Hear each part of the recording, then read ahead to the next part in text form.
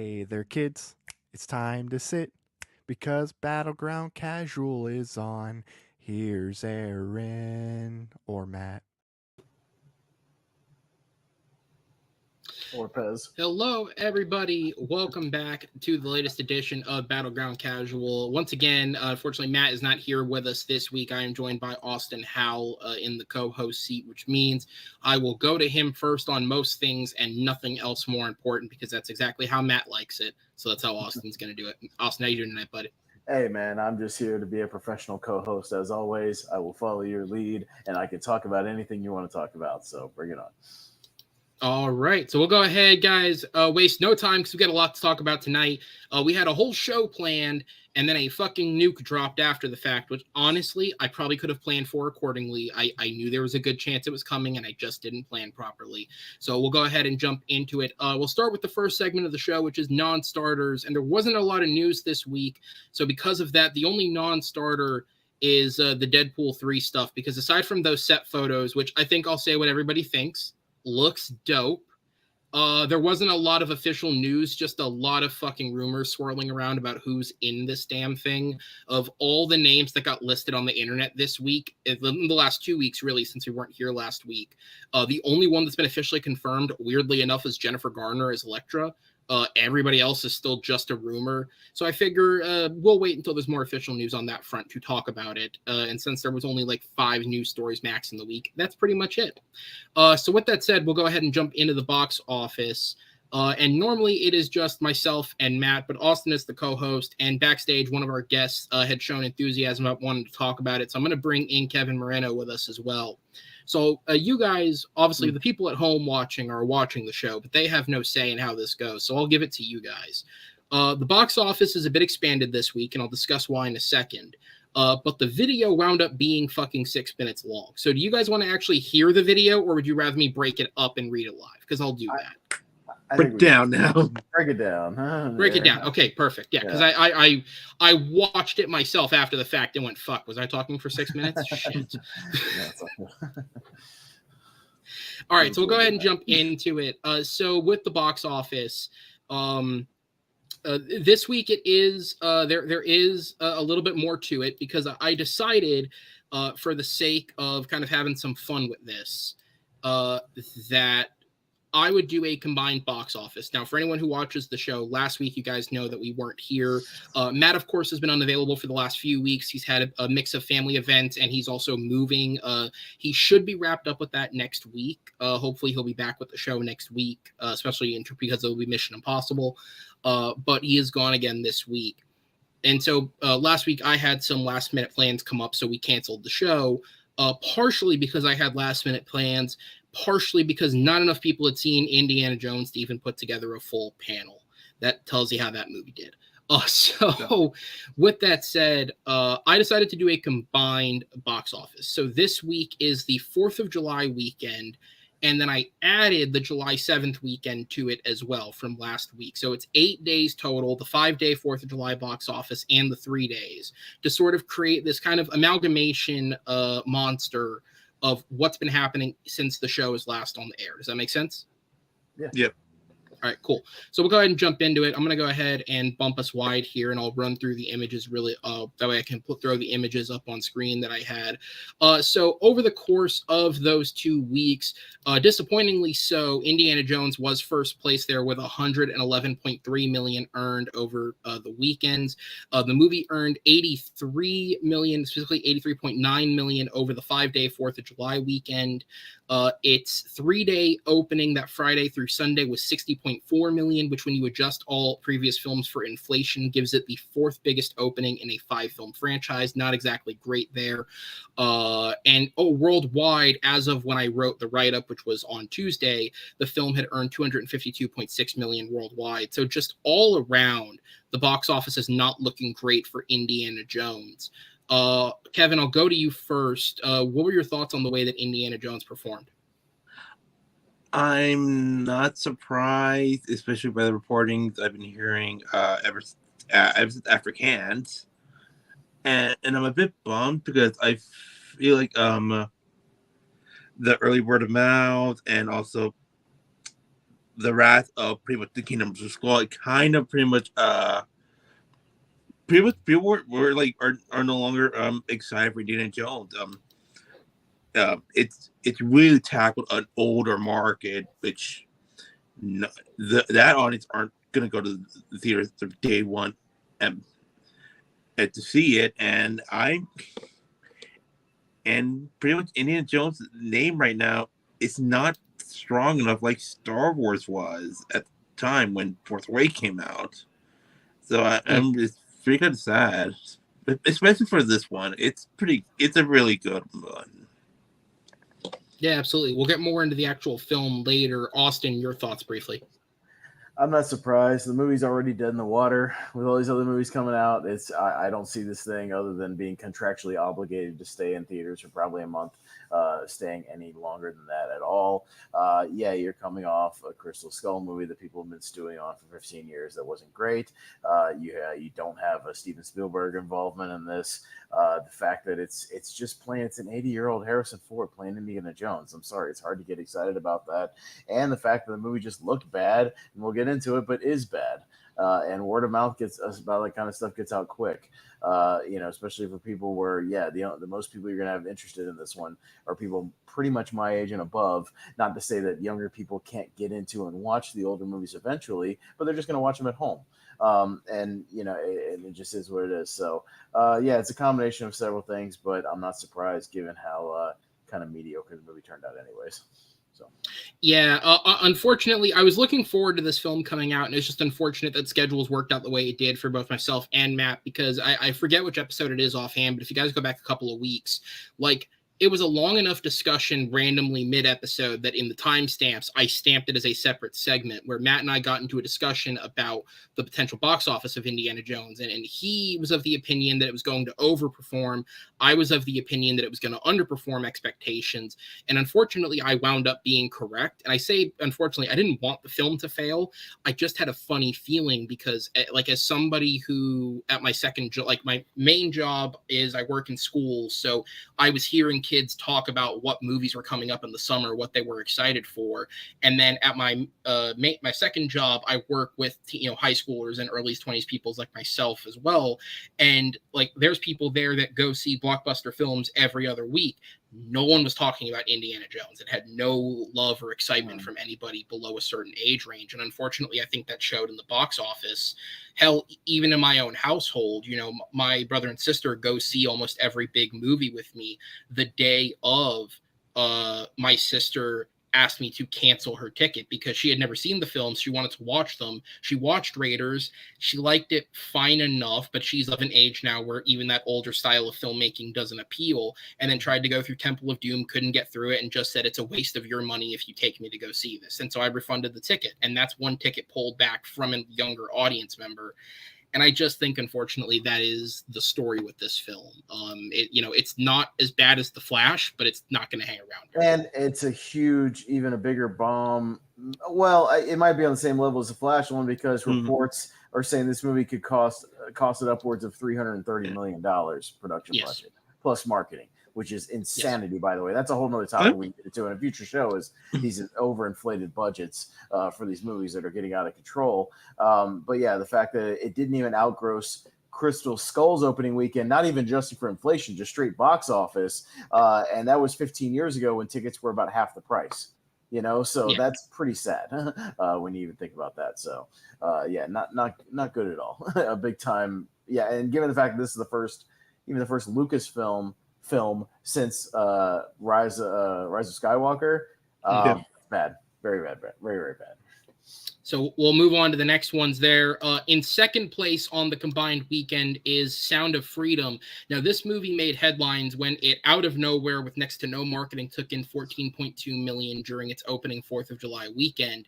And if that number doesn't sound impressive, it's because of its opening weekend. It only spent one day in theaters. The movie forewent a full opening weekend on 4th of July to specifically market the fact that they were going to theaters on 4th of July.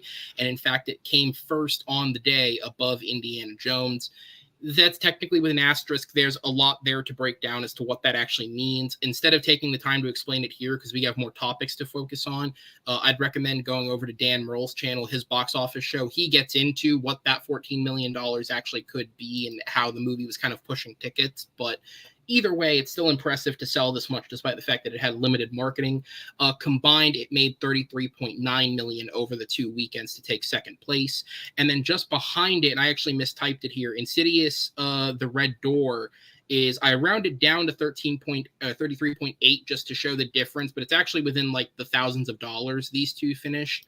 Insidious, The Red Door opened on the second weekend, so it only had 3 days of this 8-day total, but even then it still grossed 33.9, I guess if you round up correctly, million, against a budget of 16 million. Worldwide, when I wrote this on Tuesday, it had already earned 64 million, meaning the movie's already made back its budget and entered the profit zone when you estimate its marketing cost based off what it cost. And then we'll throw out two more there. Elemental and Spider-Verse both holding incredibly well over these last 2 weekends. Elemental has actually lapped Spider-Verse. It's now earning more than it at the box office, but still competing very closely. Elemental earned 28 million over those 2 weekends. Spider-Verse earned 25.6 million over those 2 weekends. So, Kevin, of those 4 films, just pick the one that stands out to you the most. Those stands out to me. It's Elemental. Elemental, it's where pretty much we all consider it a bomb, but it has a strong audience. People relying more on word of mouth instead of the marketing, and the people that are watching it actually are really enjoying it. This one, I'm quite happy about it. It's really good, and it's pretty sure now it's overtaken Lightyear now. It has. Worldwide, Elemental has now grossed more than Lightyear, when original projections based off its opening weekend said it would come in well under it. So good for them. Genuinely good for them for making it. Austin, which of these 4 films stands out the most to you based on performance? I have to talk about a little bit about the Sound of Freedom box office. You said it has an asterisk, and there is an asterisk because they're doing a weird thing with this movie where they've got a thing in the credits where they're putting up these QR codes on the screen. And they're doing a pay it forward a ticket thing. So essentially, it's very strange because Angel Studios is putting out this thing. People are paying it forward by Angel Studios then buying tickets for their own movie, and then you go on their website and you claim those tickets. So it's like they're recycling their own box office. So I don't know what that means as far as profit. So like these numbers are weird because I don't know what that means as far as like, people aren't necessarily, some people are. I mean, there's no doubt. Like my theater was pretty full, but at the same time, how many of those were pre-bought tickets by the studio that's just recycling their own box office? It's very strange when you actually. Yeah, and I was going to say, like I said, the reason I recommended Dan Merle is because he goes into it deeper. But I will say, in that video, one of the things he mentions is, just because you brought it up, the studio themselves did report, and this was confirmed. They reported the differential in how much was actually purchased at the box office day of, and then how much was spent on their QR scanning tickets. The actual 4th of July day, it was about 11 million of that 14 was purchased at the box office. So if you account for the difference, it technically didn't beat Indiana Jones, but like I said, there's a lot going on there. I just am reading the numbers. Well, and the only other thing about Elemental is, again, Elemental still costs $200 million plus about $100 million in marketing. So you're still looking at a movie that's not in profit margin yet. So despite the fact that it had more legs than people thought it would based on the opening weekend, it still would theoretically have a long way to go, and it's probably starting to near its theatrical run pretty soon in the next 2 weeks or so. So, yeah. So we'll move on into the others. I'll bring up the films that I feel like there's no need to have a discussion on because this has been pretty run-of-the-mill in the table. No Hard Feelings came 6th place overall, earning another 16.7. Transformers comes 7th, earning another 15.8 over the 2 weekends. Little Mermaid comes 8th with 11.7. Ruby Gilman, Teenage Kraken comes 9th overall after debuting that June 30th weekend. It grossed 10.3 million over the course of the 2 weekends we're combining here for the show. I'm going to get into this one when I talk about the film later. When we go to the actual review portion, because I'm the only person who's seen the film, I'm going to actually talk about this later to save time. And then we'll get to the other one I feel like people will want to comment on, which is The Flash.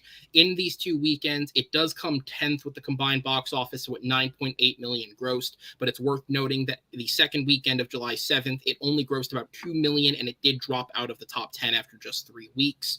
It gets worse worldwide, at least at the time that I wrote this. The movie had grossed 262.3 million, which means it earned only 10 million more than Indiana Jones and the Dial of Destiny did in 2 weeks. And again, this movie has a big ass budget with a big ass marketing budget with probably a lot of hidden expenses in its pre-production because it went on for so long. All I have to say with this is best of fucking luck to Blue Beetle and Aquaman. Like, those movies are both good fucking luck. Like, dead Jesus, on. Those guys. movies are both going to be dead on arrival, about the same as Flash. They'll make a little money. Blue Beetle's not going to make jack shit at the box office. I'm saying it right here and now. That movie will make about 20 or 30 million opening weekend and then be dead 2 weeks later. I don't see that movie doing anything.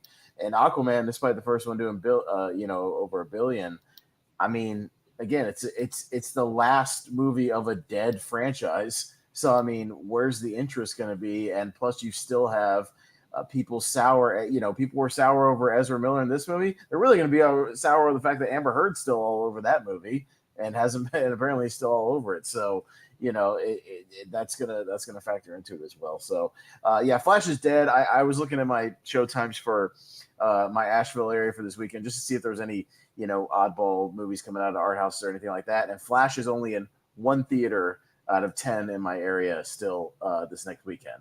It's pretty much gone. It's MIA. So, yeah. Kevin, any thoughts on Flash for me? And I think it comes out on VOD in like a week or two, anyways. So, yes. yeah.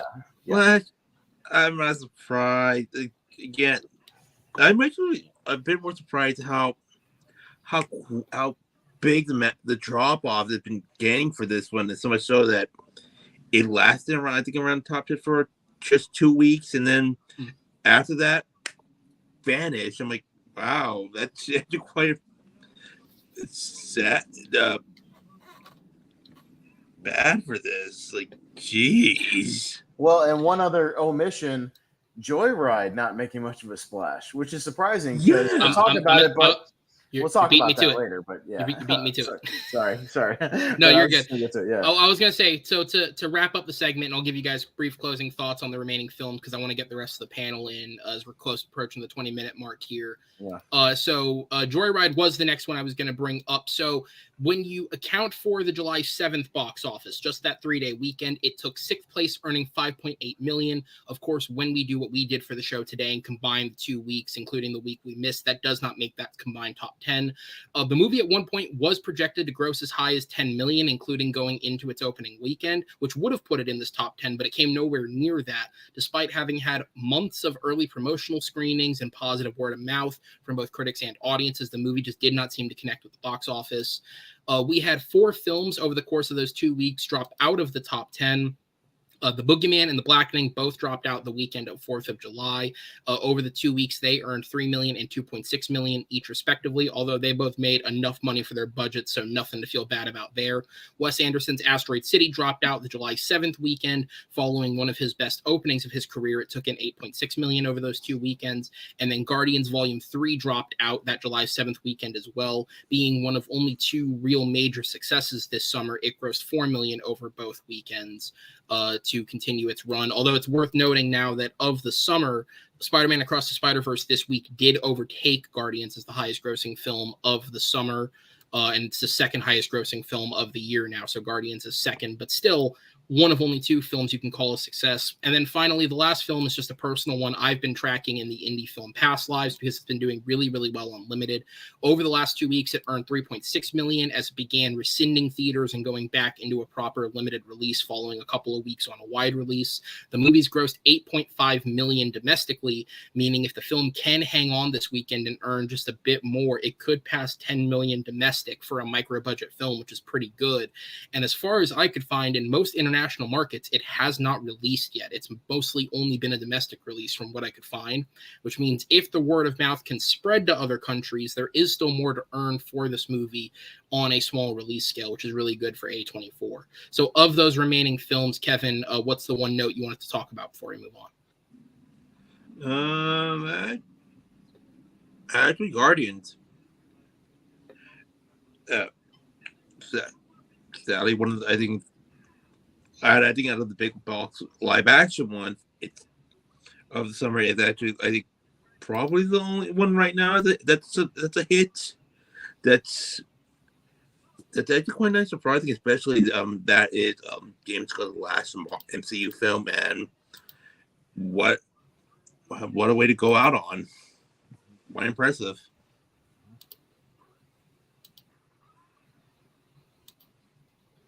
Yeah, Austin, of those final films, what's the one that stands out most to you?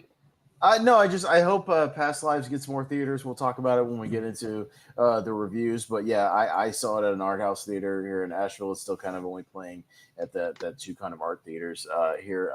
I hope it gets a wider release, at least for a little while. Because yeah, it's not going to take much for that movie to be a success. I mean, it probably didn't cost more than $5 million. I mean, it doesn't look very expensive. It's really not. Its budget is so small that it's not even reported yet. That's what I mean. I mean, it can't be more it's just been described as basically a micro budget. Yeah, a micro. I mean, so the fact that it's already made $3.5 million, so it's already profitable, and if it gets enough, per theater average to get at least a little bit of an expansion, into some major theaters, that'd be cool because I hope people get a chance to see this movie. We'll talk about it later, but it's really good. So, yeah. Absolutely. All right, guys. So we're going to go ahead and jump into the show. Normally, I tell the panelists who aren't part of the box office segment to show up a little late because we do keep it to a limited part for this segment. That said, I got started late. All these guys are professional and on time, which meant they have the patience of saints sitting in the background waiting. So we'll go ahead and bring them in. First off, we got Mr. JPO, Jordan Owens, the man has seen films because he posts about them on Letterboxd, I think. You're one of those guys, right? Oh, Letterboxd guy at Ben Affleck. Also joining us, Malcolm Lay. Malcolm, most of these films did get released on time down there. That's correct? Your mic's off. Your mic is muted. I mean, some of them did. Like, Asteroid City still hasn't come out here yet, and Past Lives comes out 31st of August for me. So there we go. Okay. Well, good to know my research was correct. I didn't do that deep research into its international release, just enough to know that it probably hasn't come out yet. And also with us is Mr. Chris Diaz, who went out of his way to see a bunch of the films that he hadn't seen yet for this show. That is dedication that even I don't have because we cut films from the list, most of which were ones I hadn't seen. So the one you cut out, been some I haven't seen yet, three of them I haven't seen. Yeah, I love most of the on the list. We would get to it when we get to review a lot of them. I did like. Absolutely. All right, guys. So the way that the show is going to work tonight is we're going to sort of bounce back and forth. We have two major news stories that broke this week. One smaller news story that just entertained me, so I brought it into the show. And then in between those segments, we're going to discuss the various films in our small summer movie recap, as I've titled it. But the first story was one that broke very, very late. However, it is a major story in Hollywood. The plan, as far as Matt and I have discussed, is next week we're going to go even deeper into it because this is something that specifically Matt has been very passionate about. But I have a full panel of lovely people here, and it's too big a topic to avoid. So before that deep dive next week, let's talk briefly about the SAG strike. After weeks of negotiations and supposed debate internally, despite the fact that 98% of the body voted for a strike weeks ago, the Screen Actors Guild, American Federation of Television and Radio Artists, better known as SAG-AFTRA, has gone on strike, joining the WGA on the front line of the picket fences. The beginning of this strike kills nearly all of the active productions in Hollywood, following the WGA strike killing most of active pre-development on films a couple of months ago. This is the first time since 1980 that the industry on a whole has come to a standstill, and the first time since 1960 that the actors and writers have stood together on the picket lines. SAG-AFTRA's wants for negotiations include an improved pay scale, mainly compensation to make up for the dissolution of residuals payments with the move to streaming and the lack of syndication in the modern era on television. The Guild also wants to help protect actors' rights when it comes to the use of AI to develop figures that feature an actor's voice, likeness, or performances.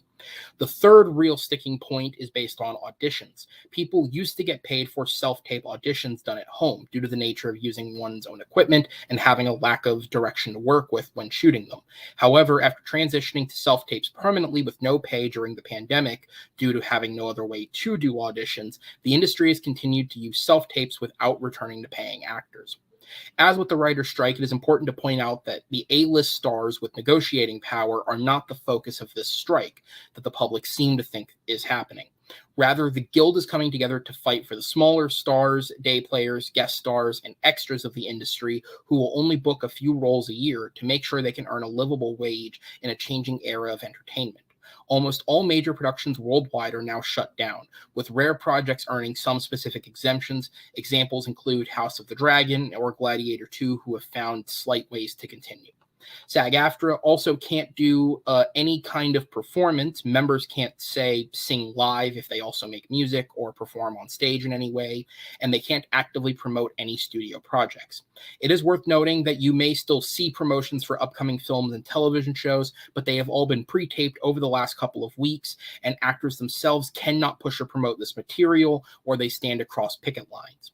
At the moment, studios are holding strong with an aggressive nature, with everyone's golden boy Bob Iger even catching flack for comments made about the strike this week. So a solution seems to be at least a small ways away, if not a long ways away.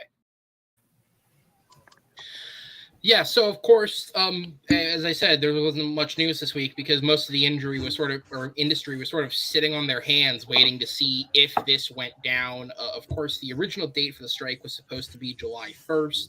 However, SAG head Fran Drescher negotiated an extension on the negotiations. However, it was then decided that they would strike instead. Originally, the extension was through to today, meaning we would have found out today if SAG was going on strike or not. However, they decided to strike early after a vocal push from many actors in the community who have also been vocally unhappy with the way that Drescher has handled this overall situation. So there's obviously, like I said, next week there will be more of a full deep dive breakdown on it. But we'll go ahead and go around here to sort of get people's thoughts on what is happening.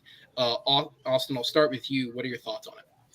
I don't think this one will last as long as the writer's strike, because the writer's strike, even with that one going on, movie studios, we're still kind of limping along with production. Anything that was in post-production, anything that had completed scripts, they were still able to kind of move forward on projects, keep things going, because they still had the actors, as we saw with stuff like Deadpool, still being able to film, even with the writers on strike. But yeah, because of this, you literally can't move forward on anything without actors. So I don't anticipate this one to go longer than a month or so. I think something will come out, because if it goes any longer than that, then 2024 is going to look a lot like early 2022 at the movie theater, where you're going to be seeing a lot of repertory screenings. You're going to be seeing a lot of re-releases of other stuff, a lot of just small independent movies that are just in the can, or streaming movies getting thrown into theaters. It's going to get really interesting and start to look like a COVID theater. So I don't see this one going along just so we can get some things back in motion. But the most interesting thing is, you already don't have late night shows and certain shows without the writer strike thing going on. So now you don't even have actors doing red carpet press junkets. You don't have them doing anything. So literally, like, they can't even do interviews on a morning show, to promote anything. So that's the most interesting thing. It's like, and that's, I think that's even been hurting a little bit of the box office as well, as people not making those, those appearances that kind of get on the internet and go around and doing on those late night shows too. So, we'll see what happens. I know there's a whole different set of issues involved with the actors thing. You guys will get into it more next week, but I don't anticipate this one going very long.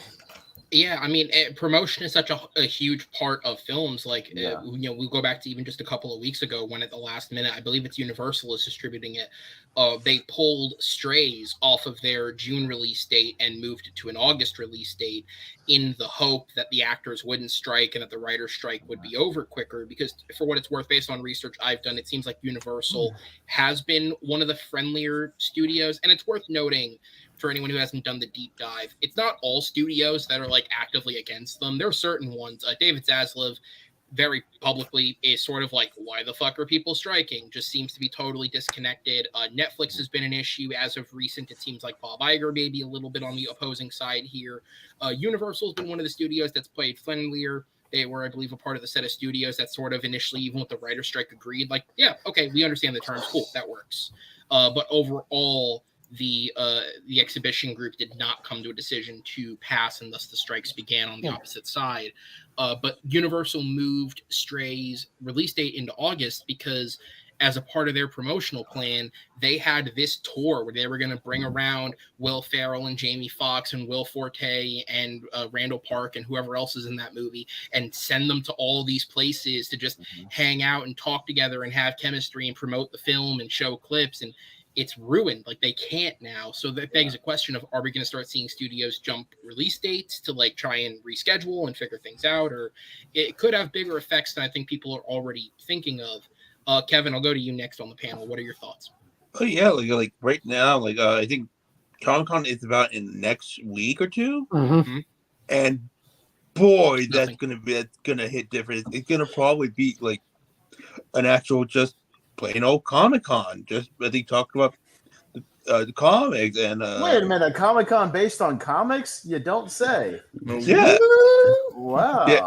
And you can probably tell a huge chunk of the audience that are there are gonna be disappointed for that. But yeah, I mean through our lifetime here, I think we've never seen a massive strike like this. Like, especially this, it's 40 years, 40 or 30 years 63 years since the last time both unions were on strike together. So it's about 15 years since the last time the writers went on strike. It's 1980 was the last time there was enough disruption in the industry that the industry shut down. And then, 1960 was the last time both guilds together were on strike completely. So this is like, this went from, the writers are on strike to now that the actors have finally committed, it is a monumental thing that's happening. Yeah, and it's quite surprising. It's not surprising, especially the businesses, the studios that are really holding out on this, because they have other stuff. I mean, Apple, Amazon, they don't have to worry about a thing because the stream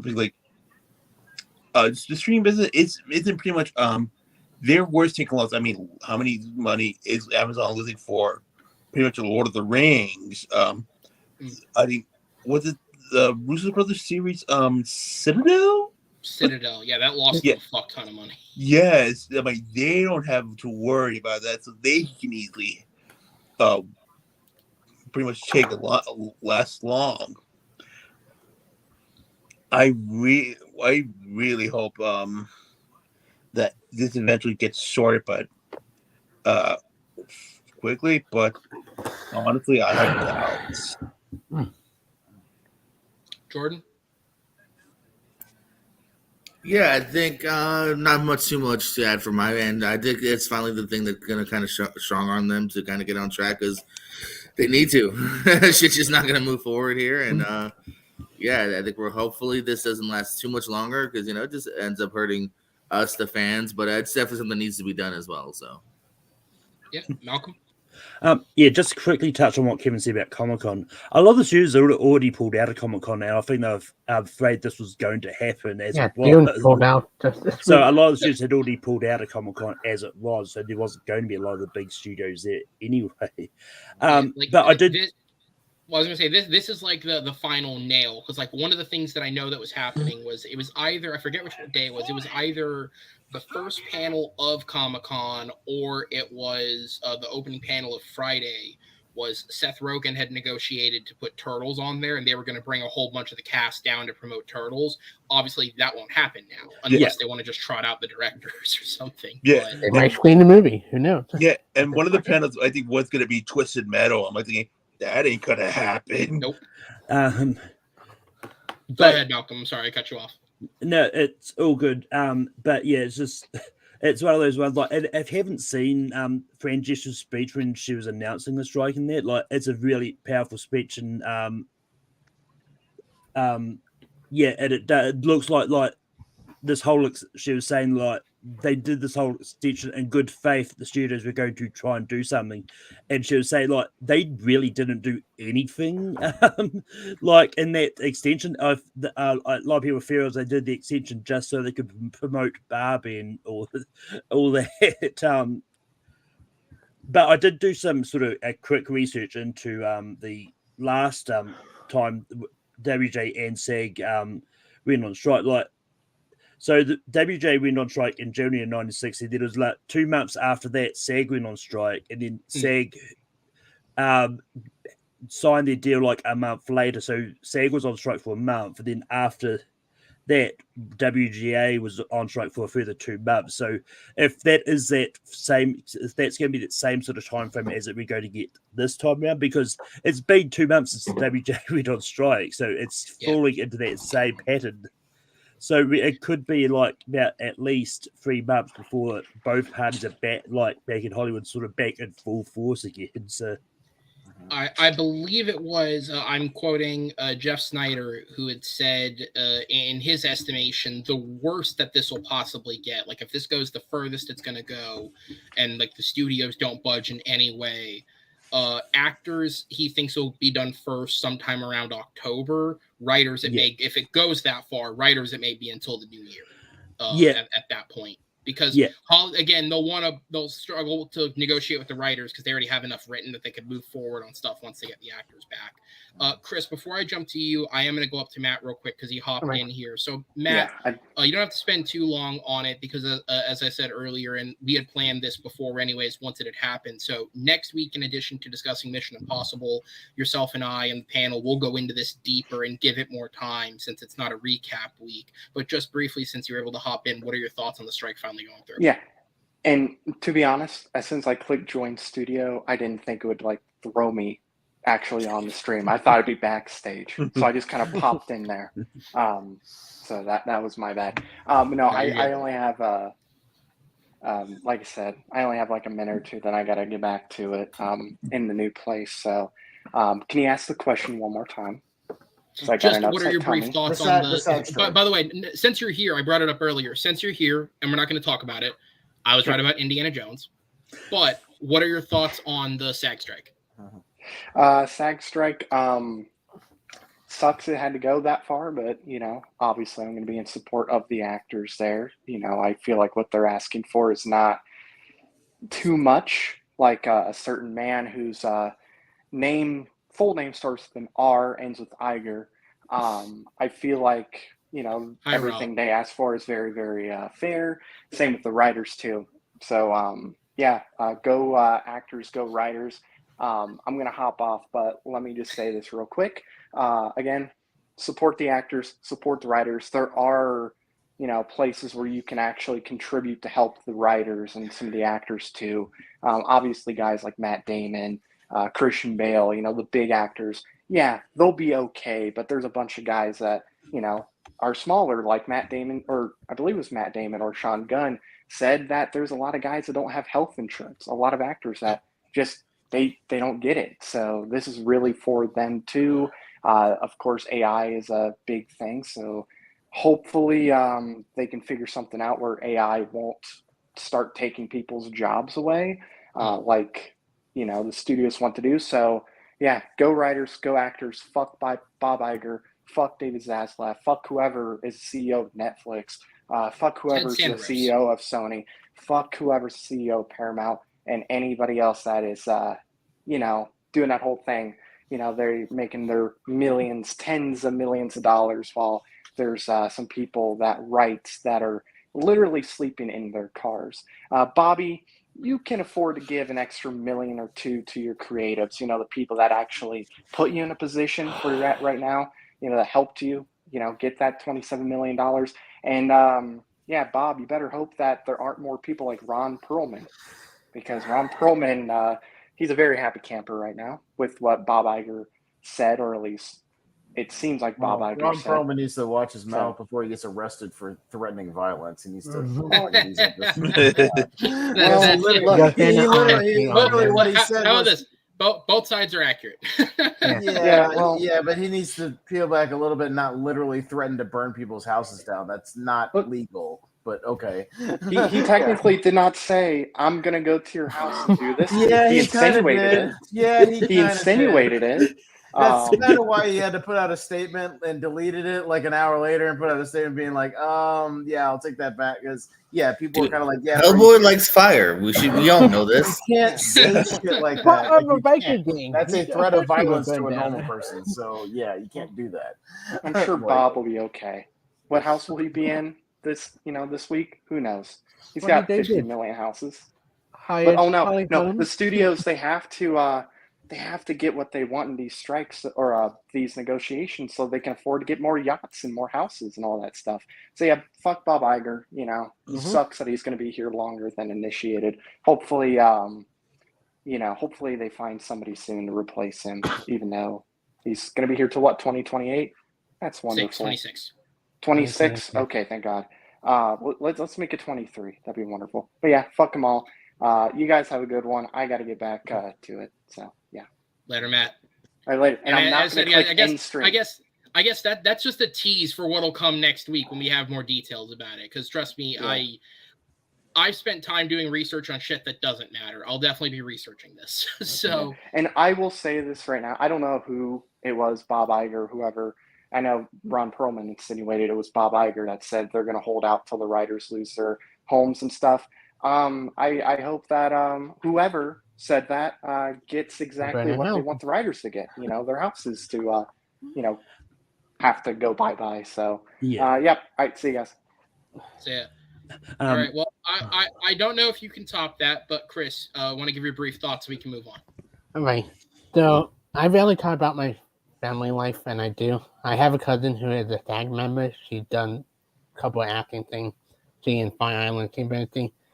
The fact that they doing it to actors, especially my cousin, is a huge issue with me. My cousin is struggling. She wrote Disney World. She wrote a bunch of things. She went Fire Island this year. And this is just like, especially the comment like they start them out, lose their houses and stuff. Fuck you, Hollywood. Sorry, my language here. Like, no, please. Matt just said this is my cousin you're talking about. One of my favorite cousins. And it's just like, and I do reach out to her sometimes this week to see how she's doing with the strike. But I hope they make out a deal. I hope they actually get what they want in the end. Because this is an insult. The AI thing, everything is an insult.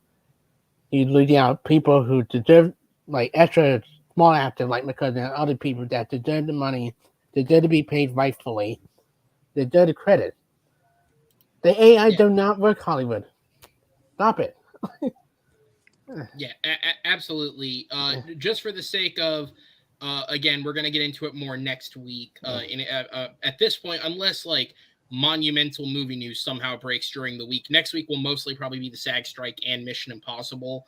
But we'll get into more details on it next week. But yeah, to recap it and finish it, there's just so much more that like we couldn't even get to in talking about using AI. Like it's not just about like the James Dean thing came to the forefront as well, what they wanted to do with James Dean. But it's not just that. It's like another detail is they want to replace the concept of using extras for multiple days. So basically they want to pay extras to come in for a day shoot what they need initially.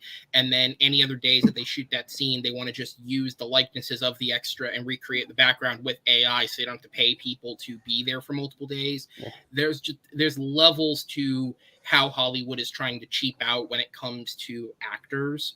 And then that's on top of what they're trying to do to the writers. And there will certainly be a head that comes of this. It's just a question of how it shakes out.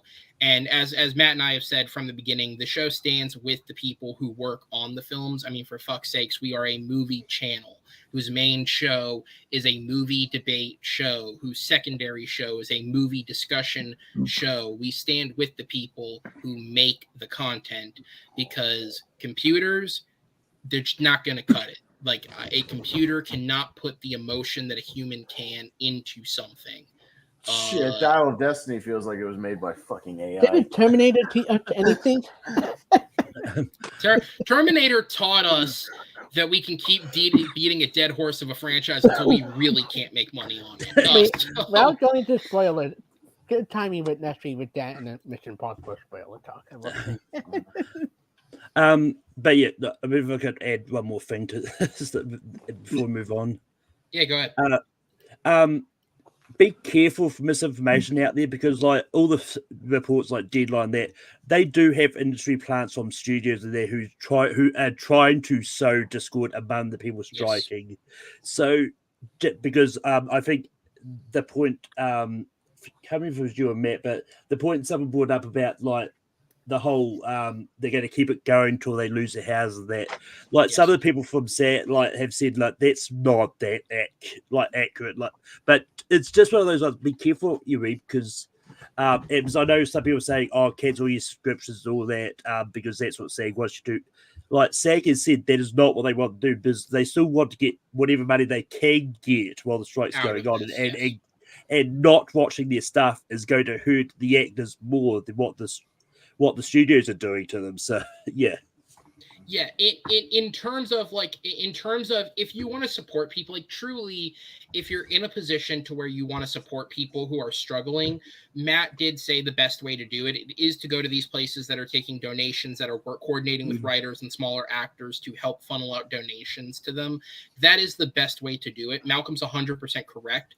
Even with like royalties being at the center of the SAG strike when it comes to smaller actors and the likes of syndication pay and all these different revenues, at the end of the day, if like despite the fact that they're not actively working, if they have content that is on network television, if they have content that is on cable, if they have content that is on a streaming service, if they have a film in theaters and they are negotiated previously a certain amount of pay, not watching it is only going to hurt the people involved. It is not going to help them.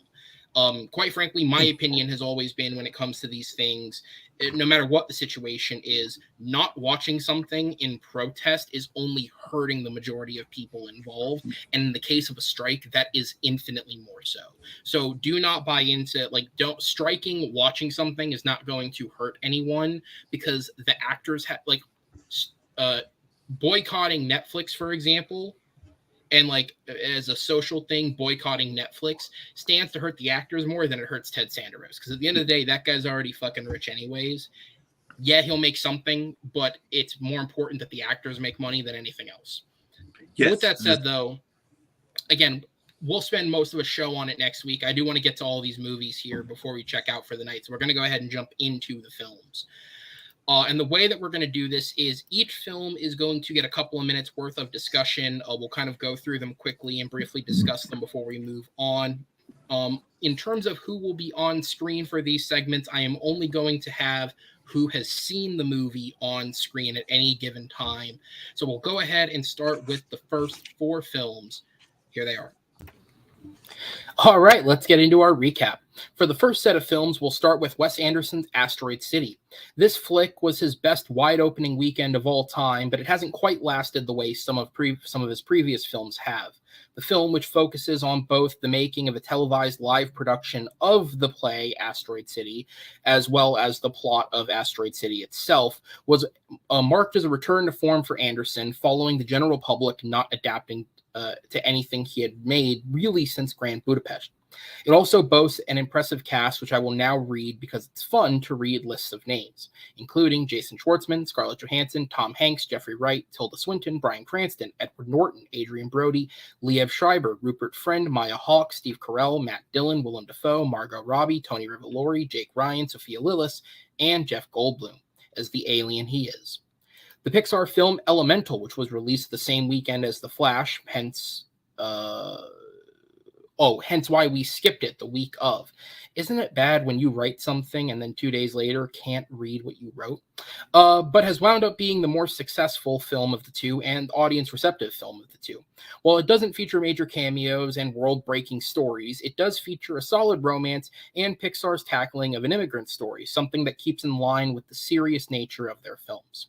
And finally, smaller horror films found their place in the month of June, with both the horror comedy The Blackening and the Stephen King adaptation The Boogeyman debuting to good reception and earning good money for their respective budgets. All right, so we'll go ahead and jump into the first film on that list, which is Asteroid City. It's worth noting from this point on, all of the following films are going to have spoilers. I feel like I don't need to say that because that's what we do on this show. But the fact of the matter is, they are going to have spoilers. So I will keep a banner up on the screen so long as we are talking about them. That said, we'll spend the next few minutes on Asteroid City. Kevin, I'll start with you. What are your thoughts on the film? I love this movie. I've not seen much of Wes Anderson's movies. I've only seen before this only two, which was Fantastic Mr. Fox and The Grand Budapest Hotel. And I really like this one. I'm sure I really love the story. This has an amazing cast. I love the balance between of the telling of the story of Asteroid City being in black and white, while the actual story, the telling is in full color and has a really beautiful set. Probably one of my favorites was the was with the whole Jade Schwartzman and the Scarlett Johansson storyline. I really like that. Yep. 5 out of 5 for me. All right, Jordan, down to you. No, I enjoyed this. So I've been a Wes Anderson fan. Probably his last several, I think, have all hit pretty decently here. I don't like some of his earlier work. I think I need to kind of revisit it. Because I love Grand Budapest Hotel. I think Moonrise Kingdom is beautiful. I don't like this as much because I do feel like this is the most Wes Anderson-y movie that we've seen yet. Some of it I was a little hum on, but then at the same time, some of it I actually really loved and adored. There's some great smaller moments here. Schwartzman, Johansson across the street from each other. Some of the stuff with Tom Hanks worked. Margot Robbie's cameo. Some people are in it way less than you might think. Robbie, Goldblum are very much cameos, but like Robbie kills it for like the 2-3 minutes she's in it. It's very meta with the play within the play. Bryan Cranston accidentally on the wrong set at one point is a gag, and I overall really enjoyed it here. It's right on the cusp of my top 10. It's like number 10, number 11 currently here, so I did enjoy it. I'd say less than them, not a 5 for me, but a solid 4. Chris? Yeah, I like this movie a lot. I didn't love it, but the stuff I love, the Jason Schwartzman bits, the Scarlett Johansson bit, I love Margot Robbie cameo. I see that my favorite scene in the movie. Talk about meaningful and beautiful. The alien stuff was a bigger fan of because it went nowhere at a point. It would jump like randomly in and out, and then the ever nurturing thing to the end lost me a little bit, but I thought the humor, I thought the kids were really good. There's some really great humorous moments in the movie. Jeffrey Wright is really funny in the movie.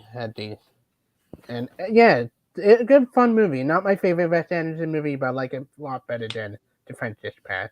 It's my favorite since probably Isle of Dogs. What?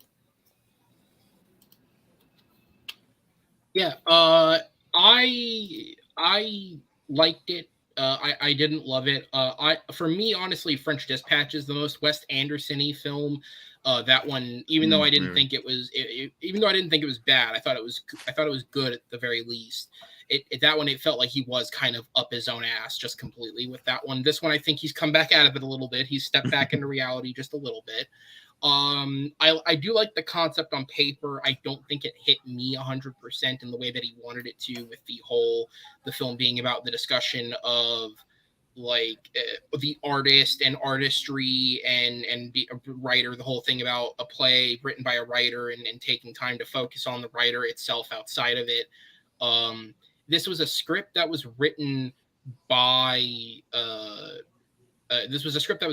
him during the pandemic, and it sort of feels like it in the way that it is very introspective and sort of focusing on the artistry of everything. Like, I can see where this came from. That said, the performances are excellent. French Dispatch had one or a couple performances in it where it felt like they weren't quite nailing the Anderson dialogue, because it is so unique that I feel like you really have to be tuned in to make it work. But even the newcomers in this, like Tom Hanks or Jeffrey Wright, they did an excellent job staying in tune with his films and his pacing and his dialogue. And for that part, it really worked. At my score, as I do on the show, I'll just throw it up. I'd give it a 7.5 out of 10. I like it. I didn't love it. I like it slightly better than French Dispatch. But I do think if you're a Wes Anderson fan, this is worth seeing, because I know a lot of people weren't as fond with A Vial of Dogs for whatever reason, which I loved personally. Yeah, And French Dispatch, I know, lost a lot of people. This one, I think you'll be a little more on board with. It's a little more. Yeah, I do. It's probably a little more accessible. Yeah. True, even in terms of plot, because French Dispatch being this like anthology film and the weird, what was it, Timothy Chalamet and was it Frances McDormand, like that weird ass romance plot line. Like, yeah, there was some weird shit in that film. This is a little, yeah, you're right. It's more accessible, I think, is the word. All right, any final thoughts on Asteroid City? No, I think kind of like you said. I think if you're a fan, this definitely shouldn't disappoint. But at the same time, I don't know if this is going to make you a fan either. You know what I mean? If you're not already, so.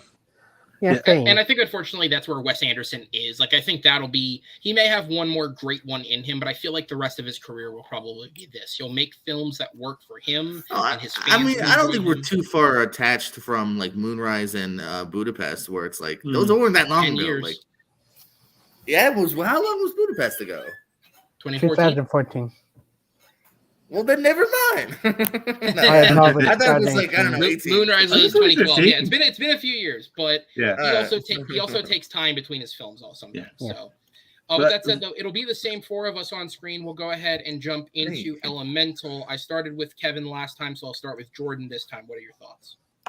Yeah, this one surpassed my expectations actually, because I was a kind of ho-hum from the initial trailer. I'm like, all right, it's another kind of, Inside Out, but now we're into this kind of universe. That's kind of their new shtick. I feel like they come up with the universe and then find the story. You know what I mean? But I don't know, man. Kind of you said in like your initial setup here, the romance, the family, I think is where it really wins me over. Even more than just the little world they built, because there's a lot of questions as to nitpicks you could have with that. But I was really won over by it, man. I think it was a really sweet film here. I think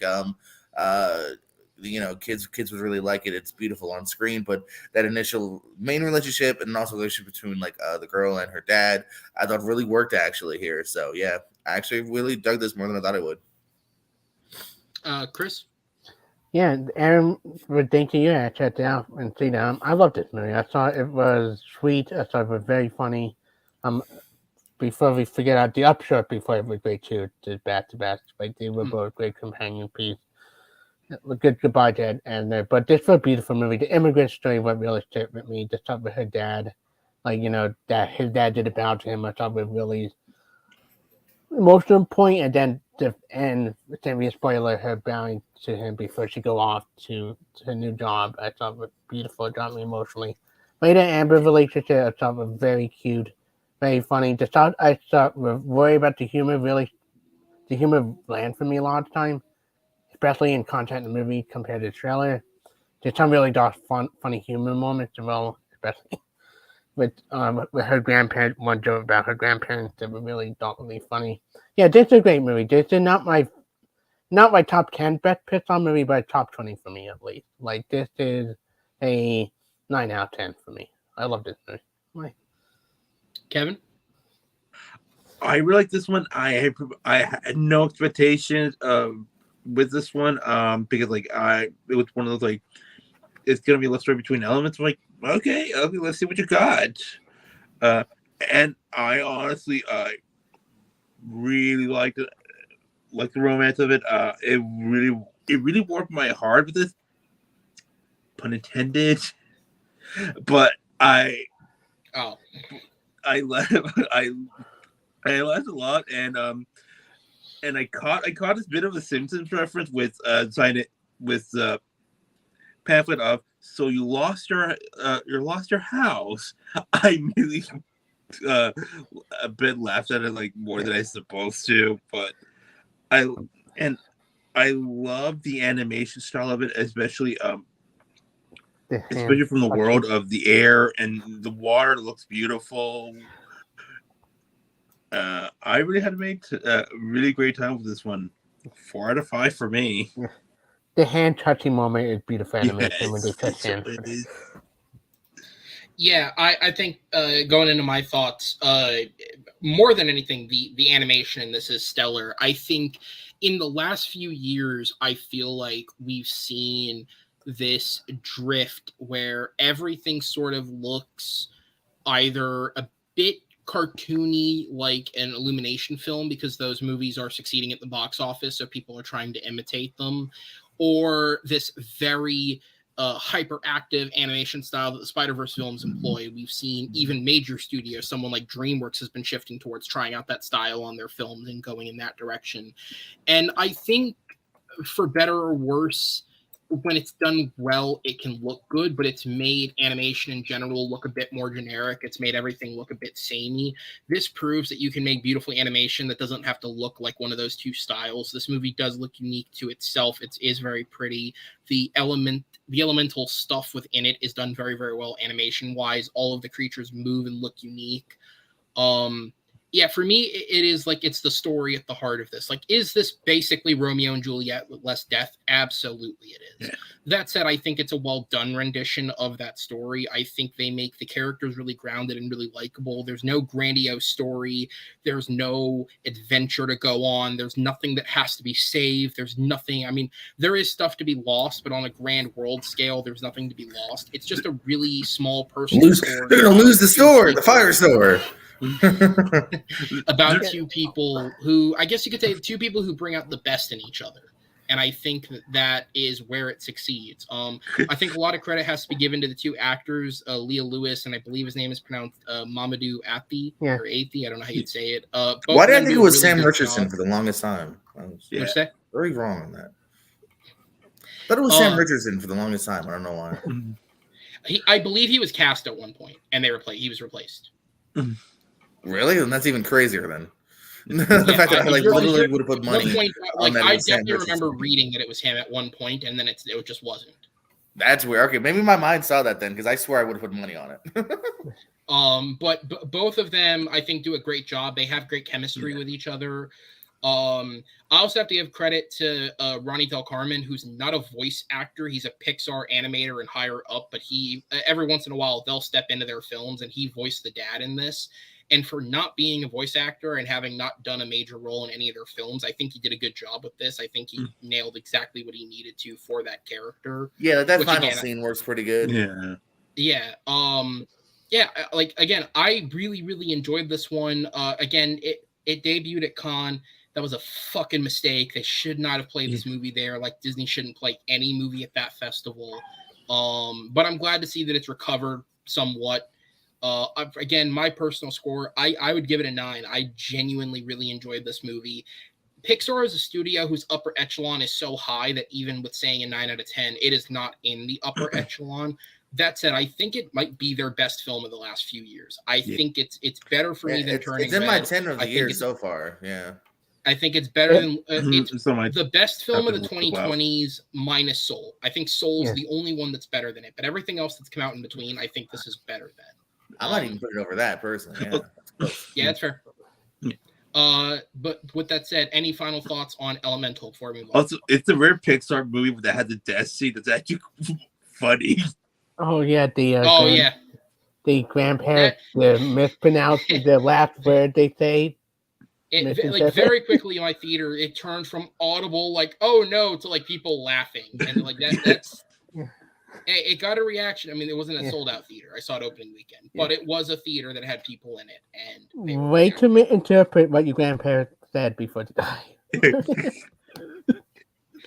All right. So we'll go ahead and move on to the next film. I'm going to go ahead and throw Kevin and myself in the back. I'll bring in Jordan for this one. I'll still be here. I'm just not going to interrupt them. Jordan's on screen. I'll bring Austin in for this one, guys. This is The Blackening. Go ahead, Jordan. I'll start with you. Do you want to start with Pez or with me? I can start with Pez. That works too. Yeah. Pez? Oh no, I started before. I just didn't know if we want to. Okay, sorry. Oh, okay. I'm trying to co-host now. Yeah. It's whatever. Look, Blackening, a little bit better than I thought it was going to be. Still not a great movie. I think it's decent entertainment for about 90 minutes. Doesn't overstay its welcome.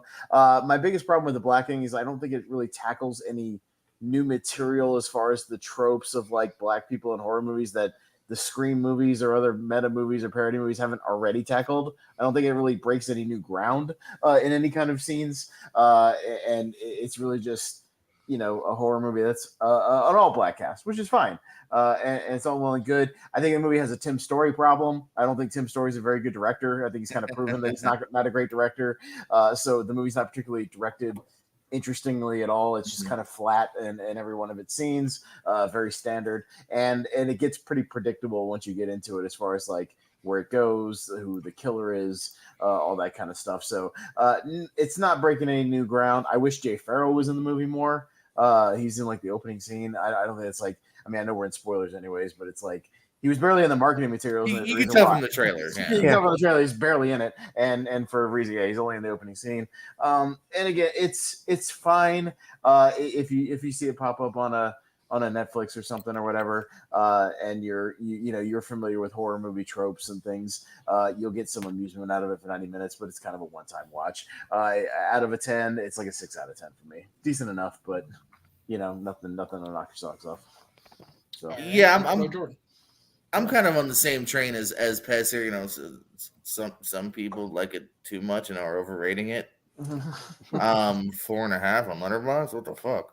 But no, but I had fun here. It is predictable. It overworks its welcome a little bit towards the end. I was ready for it to kind of wrap up here, but the laughs are semi-consistent and whatnot, and like you like the core group that are there. So yeah, I mean, I think it worked. Like Pat said, not that you can rush. It's probably not at theaters already, but yeah, if it pops up, I think you'll have a fun time with it.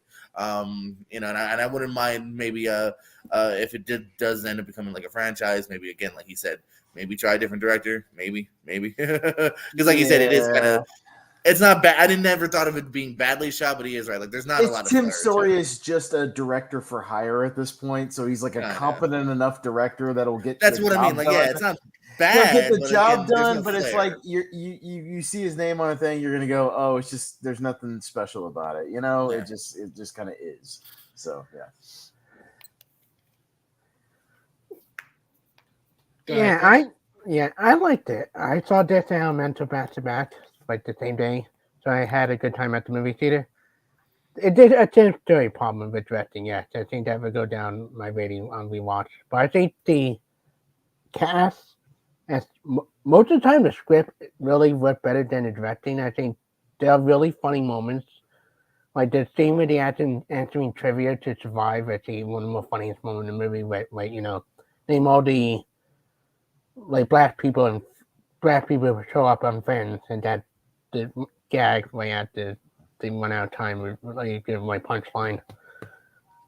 The cat make the movie work for me. I think the twist is stupid a little bit. I really wish they went more clever with the twist and the reason why the person did it. I think a little stupid, even though I like the acting, a lot of the stuff, but yeah, up until like the last maybe 10 minutes, I really loved the movie. It brought it down a little bit, just that twist, and that's dumb, and it just like, yeah, we could have had a kill. He just fell down the well. According to your score, Chris, one of the best movies of the year, right? Yeah. Might go down perfect. Nearly perfect. A nearly perfect movie. Yeah. But it might go down thinking about it. It might go down to 3.5 or 4 when I go back. It's fine. It's fine. A couple of these movies we're going to talk about are fine. Yeah. I was gonna say there's a lot of 3-star. There's a lot of like mediocre movies on this list, like slightly positive or slightly negative movies on this list. Hey, Chris. Yeah. You love what you love. That said, now absolutely. you're gonna love the back because you're sure gonna like what you love, but you love what you love. Yeah. Jesus. We'll put you in the back. All right, guys. So you are up next. We'll go ahead and go to the other horror film in this section. Talk about The Boogeyman. Yeah, I mean, I'll start. Like I think we kind of said before, there's not too much to say here. Again, this is following the same track. Although maybe Blackening I could give 3.5 because this one is a solid 3. It does what it's supposed to. I mean, there's some decent scares here. Chris Messina, who I think killed it in air, is good as the dad here, who's trying to figure out things with his 2 little girls, and the creature that's in the dark. You see the nice sequence in the trailer of the ball rolling underneath here. So I think the director did a pretty good job of pacing things here. Again, is the one I'm going to go back to? Probably not here, but you know what I mean. I do think it did a good enough job to where I do slightly recommend it for one time again afternoon watch or something. Yeah, no, I this is like a 6.5 out of 10 for me, slightly better than Blackening, just a little bit. But yeah, not only because I think I think the first 2 acts are pretty strong in the movie. I think the movie kind of falls into standard horror movie cliche nonsense in the third act, where it's just like it does, yeah. we reveal the creature fully. It's nothing new that we really haven't seen. It reminded me a lot of Smile, like the last 10 minutes of Smile, where it's just like a creature in a contained space in a room. Yeah. And although I think Smile handled it better. Smile handled it a little bit better because that was more psychological than like an actual physical fight. But I think it just bogs it down into like people versus a CGI monster at the end, and it's nothing I haven't seen in like 10 other horror movies. I really liked where the movie was going in the first 2 acts. It was more of a psychological sort of family thriller about grief and things, and dealing with some weird stuff in the house. I again has the same problem as the blackening. I wish David Dastmalchian was in more than like 2 scenes in this movie. He's the initial setup of like, he's the setup, and he has a really good scene that you see a little bit of in the trailer in the kind of therapy room, and he has a really fascinating story that I would have liked to have seen them expand on a little bit, and then he kind of exits the movie abruptly out of that. You almost want to see that story instead, but yeah, I'd rather it probably would have been the same story. But I know, but I'd almost rather see because the opening concerns him, and it's really disturbing, and I would have liked to see the immediate aftermath of that expanded on, and they just kind of talk about it and talk around it. But yeah, I mean, I think it's worth seeing, I think, for the potential of the director, Rob Savage, who made a bad movie with Dashcam, but made a decent movie with this movie. So it's not good. There's talent there. And I think the first 2 acts, like I said, of Boogeyman show that talent. There's potential there. So I'd be interested to see what his next project is. But break a few of the cliches in the third act. I think it just kind of got bogged down again, and stuff I've seen a million times in horror movies before. But I liked where it was going. Make more of a psychological movie, and I'd be down. Yeah, down with it. So yeah, but still overall positive. Again, a streaming watch, and you'll have an okay time with it. Yeah. All right, and then this one wasn't on the docket, but we'll throw it in quickly here because both these guys had seen it, so we'll just throw it in very briefly. Bert Kreischer's unfortunate maybe not unfortunate, I didn't see it. Box office bomb, The Machine. Austin, we'll start with you. Go back over. Again, another movie where it was like better than I thought it would be overall, but still not like a classic or anything. But I was surprised at how much. I thought they handled the material well. I think if you're familiar with the story already, that has kind of been online for a while. It's not going to be anything super new, but the way they handle it in the movie, as far as the retelling of the Machine Russia story, is like it's kind of bouncing back and forth between Bert Kreischer kind of retracing his steps with Jimmy Tatro playing the younger version of him, kind of almost in real time as they're kind of flashing back and forth. I like the stuff with Tatro. I think he's got some good energy in the movie. Plays a good I love person Tatro. Mm-hmm. Yeah, I thought Mark Hamill was a lot of fun as his dad. I think he's having a good time in the movie. Again, it surprised me as entertaining as it was. Not any kind of instant classic or anything, nothing you really probably go back to, over and over again, but a decent watch on a streaming service or something like that.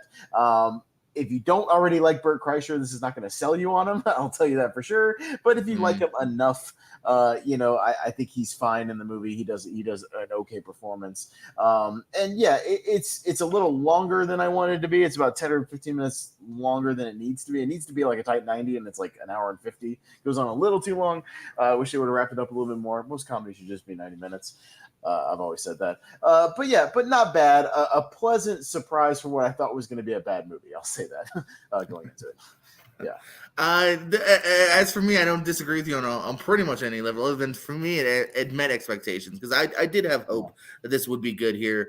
Because I like Bert Kreischer much more just like kind of like a fun like person on the podcast and like his actual stand up. I find him. I can't watch too many globs, and as a guy that's dabbled in stand up comedy, I really had hopes for this and Sebastian Maniscalco's movies because I want to see comedians get their own movies. But sometimes it doesn't. Sometimes it works out. Sometimes it doesn't. Yeah, it didn't work, and it didn't work out twice this year because neither one of them made money, unfortunately. And nobody on this panel saw Sebastian's movie, including me. I'm sorry, Sebastian. I almost did one day, and then I was like, I missed it, and I was like, yeah, I guess I'll just catch that one on Peacock. It was one of those like it was here, it was gone. Like it was because I try to do like triple features usually, or at least double features, and it was gone like a couple times I went. So yeah, this one here, like I said, again, it's a solid 3. I think you will have fun with it here. I think Bert actually does really good. I mean, obviously the material is tailored to him. Yeah. You know what I mean? So like, but like I never once was like, oh, this suit doesn't really sell it. I think he sells it really good. Mark Hamill's a lot of fun here. And again, like the laughs, kind of like the blackening, I think are semi-consistent here enough to where you're never totally bogged down by it here. I do wish that, kind of like you said, maybe it could be trimmed a little bit and maybe focus on just the laughs. Then it tries to be that kind of like semi-action movie occasionally. And that's kind of where it tries to get like sentimental with the dad. I don't think you really need that in the movie. And with the daughter too, like it doesn't totally earn it. It's just kind of like, oh yeah, now let's get really sweet for a quick second, and it doesn't totally earn it. But at the same time, like I said, again, it is something that have fun, and I wish we got more R-rated comedy. That's why I do kind of want to champion things like this and No Hard Feelings and stuff like that, because I kind of want more to be made. More R-rated comedy, yeah, for sure. Yeah. Mm-hmm. All right. We'll go ahead and wrap this segment up for now. We'll come back to more movies in a little bit as I'll go ahead and bring the panelists back in. We're going to go from talking about talking about recently released films to talking about a big upcoming film that's had a lot of anticipation in the news recently that had some, let's go with weird news in the week, in the news this week. Jesus Christ. English is my first language. Sometimes. Weird news. Breathe. News. Let's just play the video. James Gunn caught the world off guard this week by confirming 4 new castings for the film Superman Legacy. But instead of, say, the classics like Jimmy Olsen, Perry White, and Ma and Pa Kent, instead we got the B-Tech Justice League. Actors Isabella Merced, Anthony Carrigan, Edie Gathegi, and Nathan Fillion were announced as portraying the characters of Hawkgirl, Metamorpho, Mr. Terrific, and Guy Gardner, respectively, in the upcoming film. Merced, best known for her Oscar-worthy turn as Dora the Explorer, takes on the major DC heroine who's had quite a few appearances in television, but is yet to make it to the big screen. The closest she's ever come was being a part of Black Adam's first draft script, but she was subsequently cut. Merced has also already got goodwill in the DC family, having been the runner-up to Leslie Grace for the role of Batgirl in the canceled film. Metamorpho, played by Carrigan, best known for his recent work on Barry, is a hero that can mutate his body into various elemental compounds. Gathegi, best known for his work in X-Men First Class and Twilight series, will be playing a known character to TV fans after a version of Mr. Terrific was seen on 5 seasons of Arrow, played there by Echo Kellum. And finally, Fillion reteaming with Gunn as Gardner will serve as the introduction to the Green Lantern Corps. The rumor circulating right now, and I cannot stress enough that this is nowhere near confirmed, just what I'm hearing from sources, is that James Gunn wants to have Hal Jordan lead the Lantern show, with potentially Channing Tatum being favored for the part, with Fillion's Gardner playing a supporting role in the show. Gunn has stated that the 4 actors will play a small supporting role in his Superman film, stating that his universe is not one where superheroes, or his universe is one, where superheroes are already commonplace. So the idea that Superman would have hero allies isn't as far a stretch, and that the 4, in addition to the team of the Authority, wouldn't command much more than a minimum presence in said film. Go ahead and if it'll work, there it is. I'll go ahead and split the screen and I'll bring the image back up for us. So 4 castings this week. Those are the 4 heroes that have been added, not only to this film, but I guess to the expanded new DC universe in general. But those are the actors portraying them. Malcolm, I'll start with you first. What are your thoughts on the castings? Yeah, I mean, I know there are a lot of people out there like went heads over heels before James Gunn kind of confirmed that they were only going to be sort of supporting in the movie to begin with.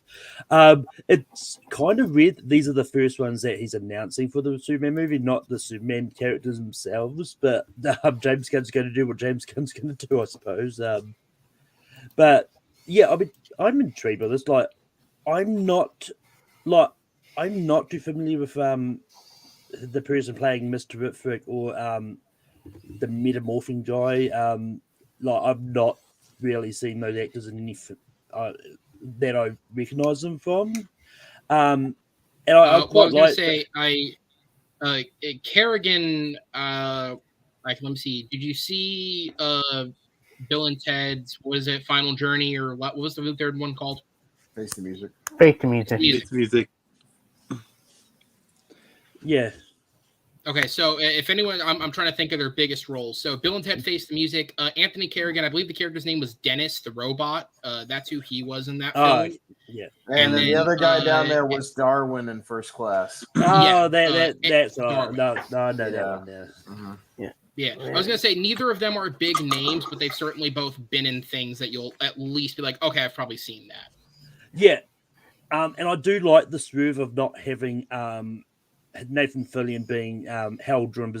He's been voicing Hal Drum in the animated thing, so it's like, I do like the fact they chose not to cast him as Hal Drum in the DCU, and I think it's going to be good that they go for a fresh race. But I don't have any problem with these castings. Like they're supporting characters, like they're not going to be much of the movie.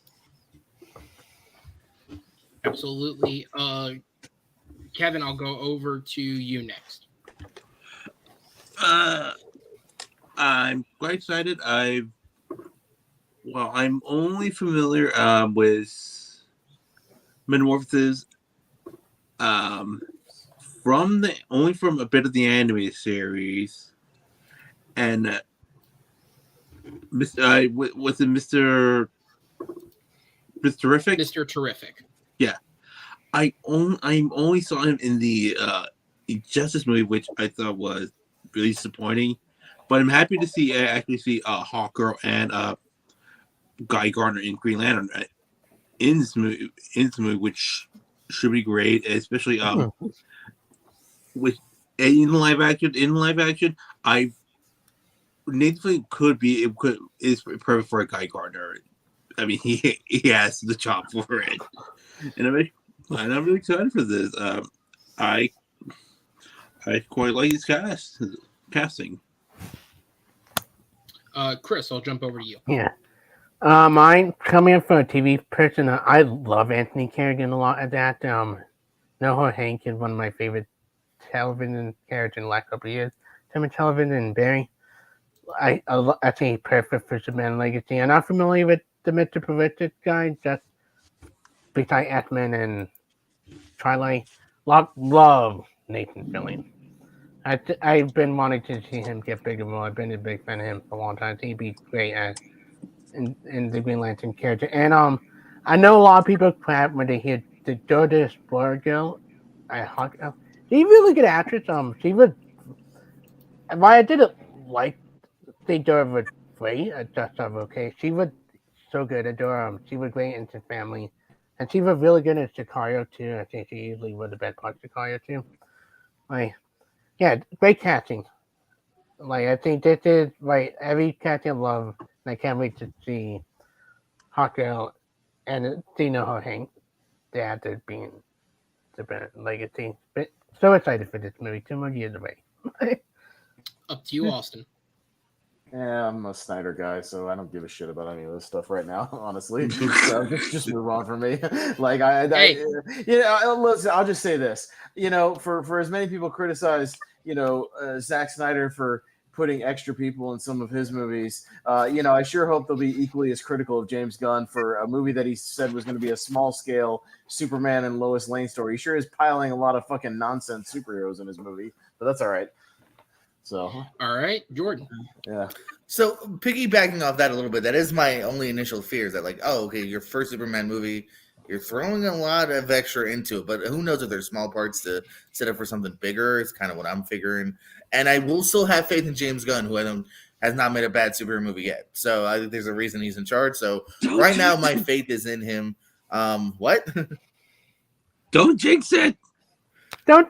Oh, okay. Anywho, thanks. That's what I'm saying. So far his track record is good. So far I'll keep my faith in his hands. As far as the casting itself too, yeah, big shout out to Anthony Kerrigan. Not surprised that this dude's gonna get some big roles coming up here, and that somebody casted him in a big superhero franchise, because he's fantastic in Barry, one of my favorite shows of the last few years. And he's kind of the scene stealer in him. It's James Gunn, so you kind of know Nathan Fillion's gonna get fucking something. There's no way he's not gonna cast him as something. But I also wouldn't be surprised again, going with we don't know how big these roles are really. It's Guy Gardner, it's not Hal Jordan, who he's voicing in the previous. So I wouldn't even be surprised if he ends up fucking dying to set up the real Green Lantern. You know what I mean? Like you kind of said before, I Tatum or somebody else. So and I liked Edie in First Class. He's barely in it. They kind of kill him off very quickly in that movie. Spoilers, and I don't know much about this hot girl actress, but again, I'll have faith that they're casted for a reason. Yeah, I'm gonna say, as somebody who is not a Snyder guy, I'm tended to agree with Austin in the if you're gonna have a certain energy one way, keep it consistent. I think whether it's obviously I've been very vocal about my opinions about Snyder fanboys, but fanboyism anyways, keep your criticisms consistent. If you don't like something one way, keep it keep it for everybody else. That said. Yeah, and honestly, part of me thinks that maybe he confirmed this ahead of some of the others just to fuck with people, because he's openly said that he doesn't like all these rumors spreading around. He doesn't like the fact that people are actively trying to dig in and learn information about this film. And we've had rumors over the last couple of weeks over who Lex Luthor could be, what is Jimmy Olsen involved, and what could it be if at all, is what was some of the other stuff we've talked about, Jonathan Kent and Perry White being, Brendan Fraser and Rooker, and the idea that Emma Mackey may still be involved despite not getting Lois Lane. And so I think this is him fucking with people by putting out all these small bit parts ahead of time. Don't forget about Suicide Squad, for instance. You know what I mean? No one knew how big or small Pete Davidson, Nathan Fillion, Michael Rooker were, and they end up being in it for 2 minutes. You know what I mean? So who knows how big or little these worlds are?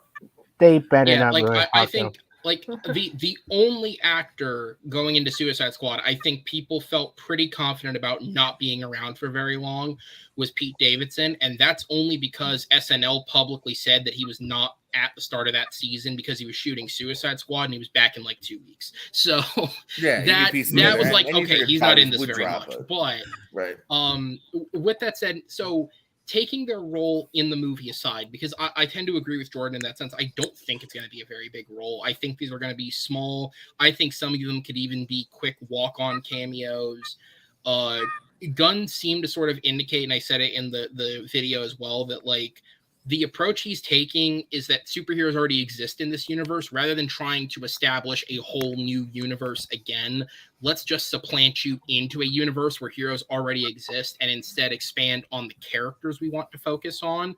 So in that sense, and the other quote that he used was he compared Superman having his real life friends where he has Lois Lane, he has Jimmy Olsen, he works for Perry White, he has these human relationships. In a world where heroes exist, he's inevitably going to have hero relationships as well, and that seems to be what he's sort of comparing these various roles to. So in terms of how much they'll be in the movie, I agree. I don't need all of these characters to be some big consequential part of the film. Cameos is perfectly fine. Small bit parts is perfectly fine. I even think something like what they did with Wonder Woman and The Flash, where she shows up at the start, helps with the action scene because it makes sense for how big the scale it is for someone to come help if they're available, and they dip the fuck out. That's cool too. In terms of the casting, I mean, not knowing much about Guy Gardner at all as a character, Fillion's fucking spitting image, at least from the images I could find. I mean, I didn't even do he looks kind of like the character. If anything, I feel bad for Finn Wittrock, who was supposed to play that exact character in the show that got canned when Gunn came in. Yeah. I feel bad he didn't get to keep his job. But aside from him, that's been the fantasy casting for years. Is Fillion as a Green Lantern? That's been talked about for years. Well, he already does. He does some of the animated movies. The voice. Oh, he's been Hal Jordan. That's what I said before. He's voiced Hal many times. He may not get to be Nathan Drake, but he is going to get to be Green Lantern. So good for him. Anthony Kerrigan, outside of Bill and Ted, I'm not too familiar with him because he is mostly a TV actor. That said, from all the praise I've heard about Barry, his name comes up usually. I've heard, obviously, Bill Hader, and I've heard a lot of people praise Henry Winkler, probably because he's a big name that's on the show. But Anthony Kerrigan's usually third after that, so good for him for getting something in a bigger. No, 100%. It's truly a scene stealer. He is one of the best. He's wonderful. Television. There you go. In person. I keep switching back and forth on how I say the poor guy's name. I don't know if it's Eddie or if it's Edie, but either way, I think he's great for the small role that he has in X-Men First Class. Another film I can reference that he was in a couple years ago was oh my god, why am I forgetting the name of it now? The Jonathan Majors Western. Oh, the Holiday Fall? The Harder They Fall. He Oh, yeah. is one of Major's friends in that film that rides as Oh, part of that his I crew. recognize him from. And the performances across the board in that film are excellent, him included. So again, good for him for finding something. Hopefully he lasts longer in the DC universe than he did in both the Twilight franchise and the X-Men franchise. And of course, I made jokes about Isabella Marquez getting cast as a hot girl, but she's another one of these actresses where like her start was on Nickelodeon. And if you go back and look at her work from 10 years ago, you're like, this girl's not going to do anything. But slowly and surely, she's found her way into bigger and better roles. And I do think she's actually a legitimately good actress. She was great in Instant Family, where, again, you're being paired with Mark Wahlberg and Rose Byrne. She was one of the more bearable parts of the fifth Transformers film, despite the fact that she was a child in that movie. She was good. I like Dora. That movie's a lot of fun, and I think she brings exactly what you need in that role. And I think, truthfully, the reason she lands this role is because she was the runner-up for Batwoman, or Batgirl, excuse me. She got far enough along in the process that her name was right there alongside Leslie Grace, and then for whatever reason, she did lose out to Leslie Grace, but she was right there.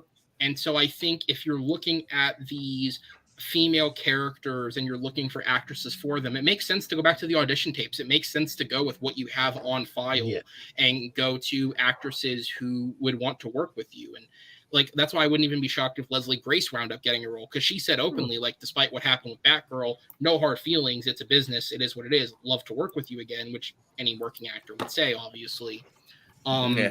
But I think her casting makes sense, and that DC have already tried her. They've already tested her. They liked what they saw, just not the best in that moment. And hopefully this character works out for her. So with that said, any final thoughts on the castings? Are we ready to get back into the films?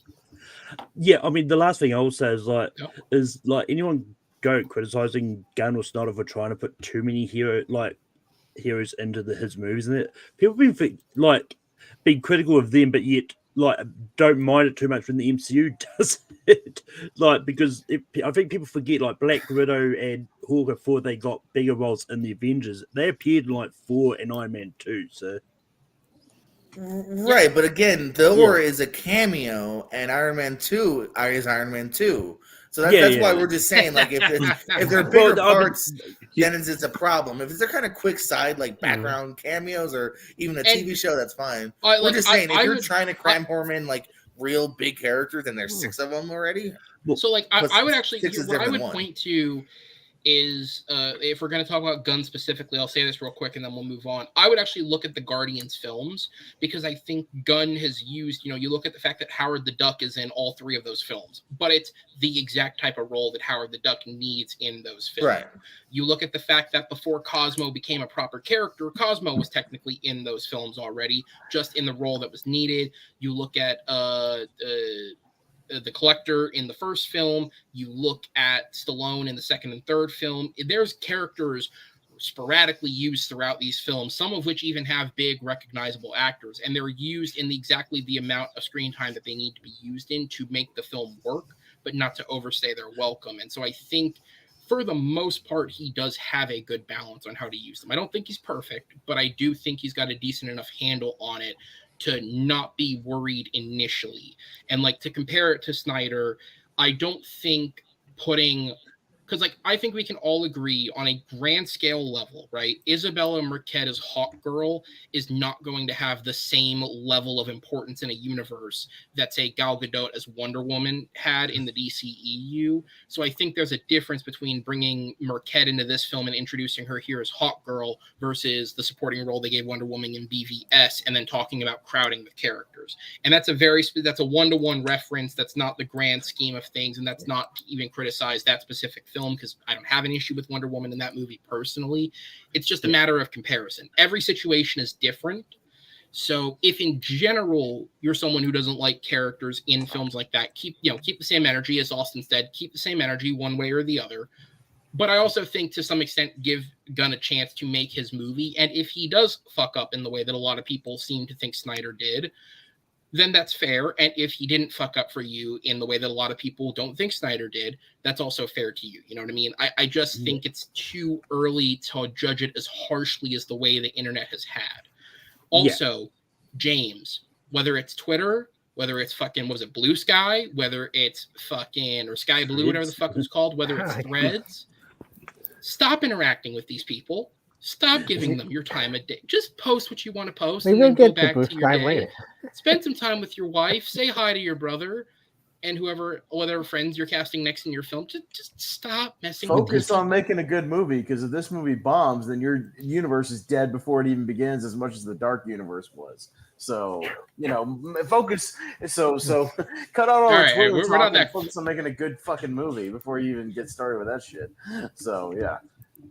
Before you talk about making a Swamp Thing movie, like, relax, bro. Hey, that's about you Mangold's problem. How about you get a good Superman movie off the ground, or else you're going to be as All fucking right. dead as That. To be fair, Yeah. no, I'm going to defend. I don't want to spend too long on this. I'm going to defend him there. He is a director on an individual film in which he is focused on, but he is also the Kevin Feige of this universe. So I expect him to talk about both. That's the last I'll say. I think it's in the same way that Kevin Feige will actively promote whatever's coming next, but then be like, yeah, we got that in 2 years. I think it's the same deal. I mean, he literally worked with the guy. He's probably going to copy his structure of how to promote and talk about things. Yeah. Except Kevin Feige doesn't answer idiots on whatever Twitter ripoff exists this week. No, he does say it behind the back. All right, guys. So we'll go ahead and jump into some more of these films. We'll continue the horror discussion with Insidious: The Red Door. The final entry in the Insidious franchise continues the story of the first two films, with Ty Simpkins, Patrick Wilson, and Rose Byrne all returning as the Lambert family. While the film received mixed reviews, it was a box office hit, earning its budget back after just one weekend in theaters and proving the franchise still has life in it, if they decide to not just let it die. Action heroes also found their place in this summer release calendar in the form of Indiana Jones and Jesus. Indiana Jones and the Dial of Destiny is slowly rolling through theaters like that boulder that once chased Indy. Harrison Ford grabs the whip one more final time in this adventure to find Archimedes' dial and stop the Nazis one last time. Nazi, what the fuck? Who says Nazis? Now let's focus on the real action hero, Tim Ballard. We talked about Sound of Freedom's being a box office success earlier in the show, but the movie was also a critical and audience success with a 79% approval rating on Rotten Tomatoes and an A+ grade on CinemaScore. The film, which was originally produced by 20th Century Fox but shelved by Disney, found its solace with religious film audiences thanks to its star Jim Caviezel and distributor Angel Studios. Joyride also hit theaters last week. I'd sing its praises, but I've been hearing others sing its praises for months, and it's done nothing to help its box office. So let's just talk about it instead. I'm going to call an audible on this one just because of who's seen it, and it'll organize the show better. I'm going to bump Insidious and Sound of Freedom to a little bit later in the show, and instead we're going to talk about Dial of Destiny and Joyride, which are the two films on this list that all six of us have seen, so we can all sort of hang out on screen for a little bit. And we'll go ahead and jump into Indiana Jones and the Dial of Destiny first. I'll go first on this one, because I'm going to say the same thing about this movie that I've said about a couple of films this year. I've said it about The Flash. I've said it about Fast X. I've said it about Transformers. I said it about Ant-Man, The Little Mermaid. It's fine. I think most blockbusters this year have been fine. I don't think there's anything in this film that's egregious enough to get upset about. I don't think there's anything in this film that's exceptionally good enough to sing its praises, quite frankly. I think Harrison Ford is good. I think this is a good performance to go out on. Overall, I do think it's stronger than Crystal Skull. At the very least, if Disney's going to take a win, they made a film better than Kingdom of the Crystal Skull. Good for you. You ended the franchise on a better note, I guess. I didn't mind Phoebe Waller-Bridge. I know for some reason she attracted a certain amount of hate from people. Personally, I didn't have a problem with the character at all. I don't agree with the criticisms that she's some kind of Mary Sue girl boss character. If anything, they show that she's good at one particular thing in this movie, and then everything else she needs Indy's help for. Like, she knows her shit when it comes to the dial, but aside from that, everything else she pretty much needs someone's help always. So I don't agree necessarily with that criticism.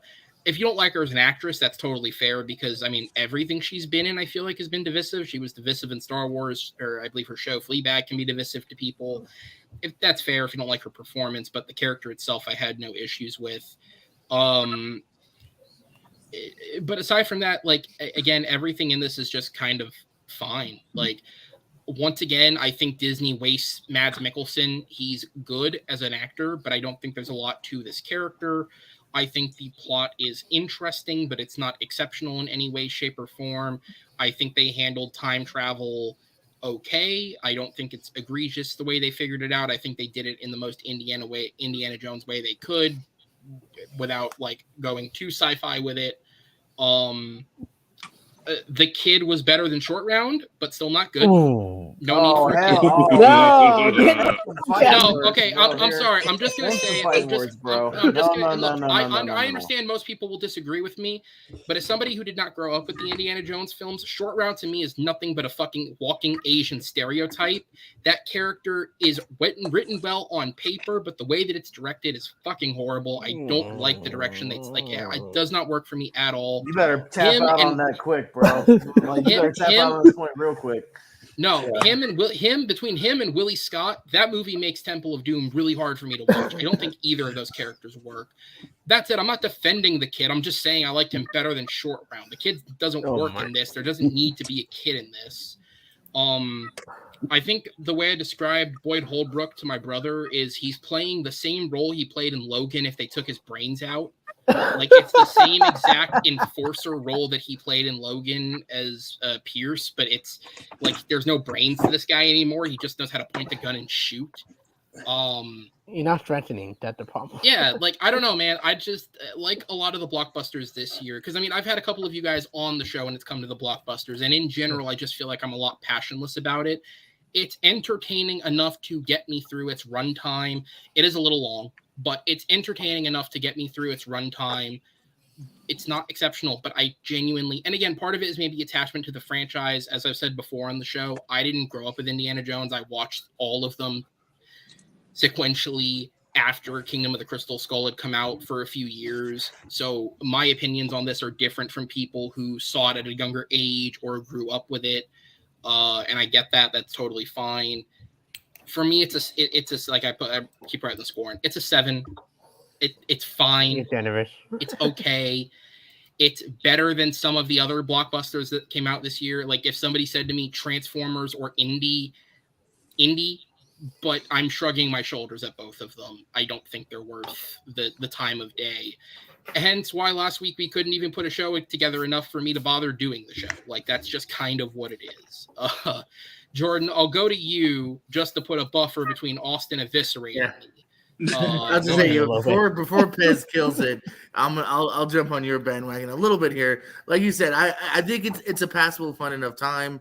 Is it necessary? No. I don't think it's necessarily better than Kingdom of Crystal Skull, sadly. I do think it's a fine enough ending, though. You know what I mean? Like this, I think we have to end it now because of his age. Yeah. But yeah, let's definitely end it now. You know, the last scene is fine. It's kind of a shoehorned in, little cliched ending scene, but it's a nice enough ending scene. Yeah, you know what I mean? Like I actually like Phoebe Waller-Bridge. I didn't know there's any kind of disdain for her. I thought she was pretty good in this. I thought she had some nice swag. You know, and the first scene she's trying to sell the dial and whatnot. I liked her fine enough. And I thought she actually walked the line good enough of like kind of trying to be on her own, but then also caring about Ford and whatnot. Again, kind of like the aliens, I could have done without the time travel and whatnot, but it is what it is. And yeah, like you said, I mean, it's very much right on par with that Transformers. Funny enough that you said, like, I might go Transformers. I don't know. I really don't know which one was more necessary or good, but they're both like passable times. So, Pez, how much did you love it? The more and more I think about this movie, the more I think it's one of the worst movies of the year, easily. This movie, I'm gonna go that far, but this movie stinks from the opening scene on. Everything about this movie feels fake. And when you watch the original trilogy, everything about those movies are real. From the sets, from the stunts, the action, you know, everything they're interacting with is real. The opening scene with the train sequence looks like a cutscene from a video game. It's horrendous with really bad de-aging. You can't do the de-aging thing and then still have 80-year-old Harrison Ford voice on it. It doesn't match. It's stupid. It doesn't work when you have Last Crusade Indiana Jones, but he's talking like this. Like it's just what? Like that doesn't make sense. The sequence goes on too long. You then jump into a movie where Phoebe Waller-Bridge is the hero of the film. Indiana Jones is the sidekick, which is another problem I have with the movie. She propels every bit of the action that happens in this movie. She saves the day at the end. Indiana Jones spends the whole third act kidnapped and tied up, and then gets knocked out apparently by a haymaker that puts him into a week-long coma before they get back to New York City. Apparently, that's another issue. You can't even do basic stuff right. Every one of these movies has a scene where Indiana Jones fights a big henchman. He doesn't even fight the big 7-foot henchman in the goddamn movie. They don't even do the basic thing you do with all these movies. That guy gets like tied up in the handcuffs or whatever and just drowns. Like, peace out, bro. Boyd Holbrook makes no impression in this movie. He's bland as shit. Mads Mikkelsen is the blandest, worst villain they've had in this thing, where his motivation of what he even wants to do is not revealed till the last 15 minutes of the movie. He's just kind of going after this thing for reasons. I do agree with some of the stuff about Phoebe Waller-Bridge, but she's basically Rey from Star Wars in this movie. She just does everything Rey does in those movies. Like, it's the same shit. It's just, this movie just feels so bloated. And just like I said, it feels like an AI wrote this movie. It feels like an AI created all the backgrounds and the action scenes of this movie. It's just bad. I can't understand anybody that thinks this movie is better than any of the original trilogy at all. This movie makes Crystal Skull look better upon rewatch, because at least that movie has some life to it, has some charisma to it. Really stupid action scenes in that movie, like the monkeys and all that shit. But hey, you know what? At least everybody's trying in that movie, and Indiana Jones is still the hero, and he still like propels the action and the adventure forward. Don't you dare talk about Short Round. I think that's. I swear to God, you say another bad thing about Aaron, I'm going to strangle you through the screen, Aaron. He is a sidekick I would have next to me for any adventure. He's a kick-ass. He's a badass. And have you heard Ki Kwan? That's exactly how he talks. What do you mean an Asian stereotype? He's from China. Whatever. No, man. That accent is that even with like Ki Kwan's accent, that accent is no one on the face of planet Earth naturally says something like "Okie dokie, Dr. Jonesy." Like, that is go watch the behind the scenes for Temple of Doom. That's the way he fucking talks. I'll just leave it at that. Anyways, I do have a script to Temple of Doom. But dude, this movie is just so it's everything that's wrong with like bad modern blockbusters. It's like $300 million. You don't know where it went. It's not on the screen, and you just go like, why? We shouldn't have made this. It is on the screen, but it didn't look good.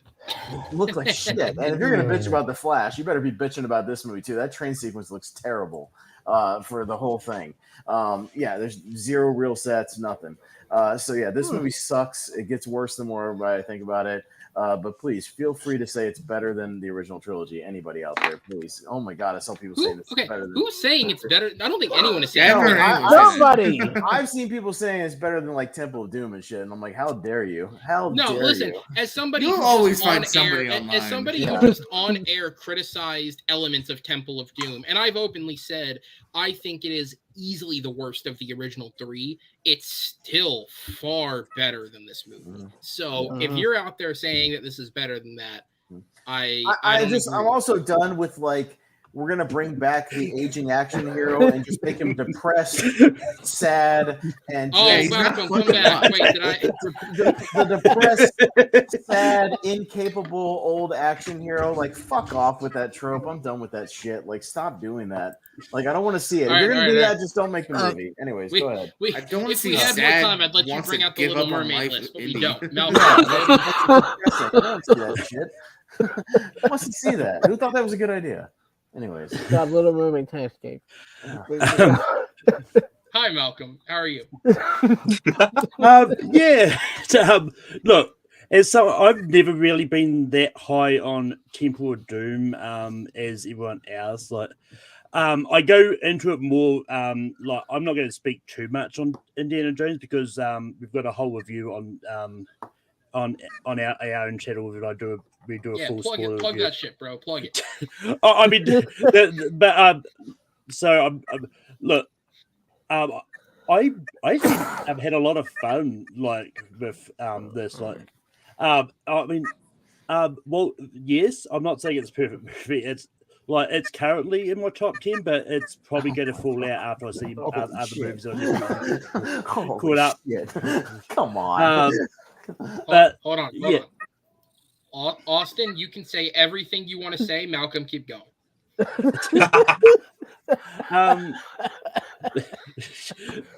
But yeah, I mean, it's one of those ones like I mean, when it comes to the budget, like I've said this on some Twitter things, like I wouldn't be surprised if a lot of that budget was bloated more than it needed to, because this was being filmed during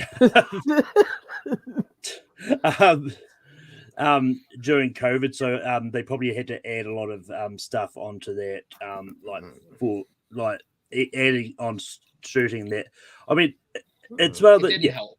I mean, like maybe it'll go down on the rewatch. I don't know. Like for my first reactions to it, I really enjoy it. I thought it was a lot of fun. So yeah. All right, Kevin. Yeah. I'm pretty sure I'm gonna get a shit from Austin as well, but I really like this one.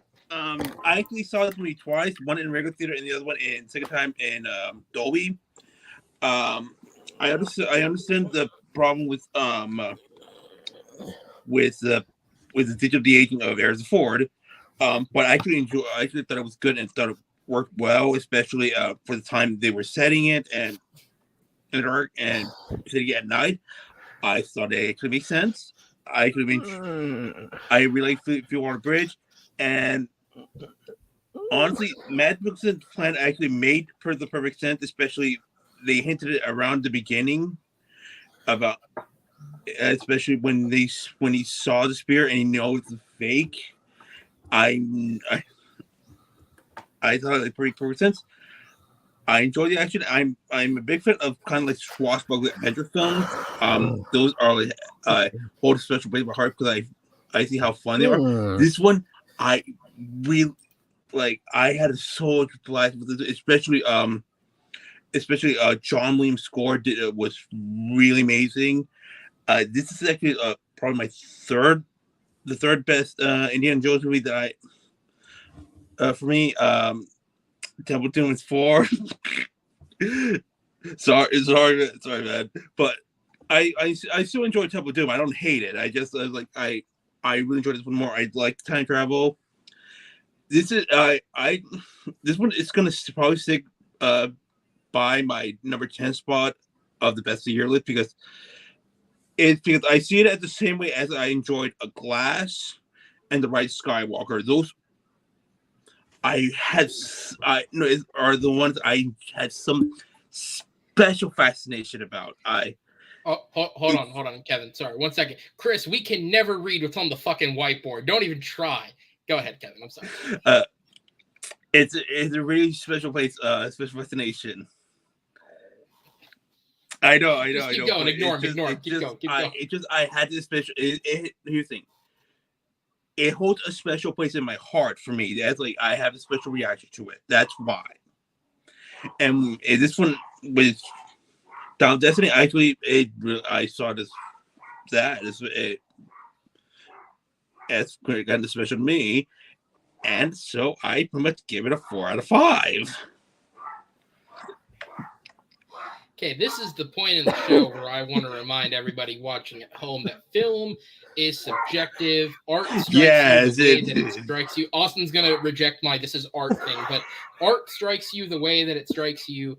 You can like something, you can viscerally hate it, you can do whatever the fuck Austin wants to do to this movie, but it hits you the way it hits you. All right, Austin's ready to like rip some necks out in the back. Chris, you had an audible reaction. All right, go quickly, then we'll move on to something I think will make it.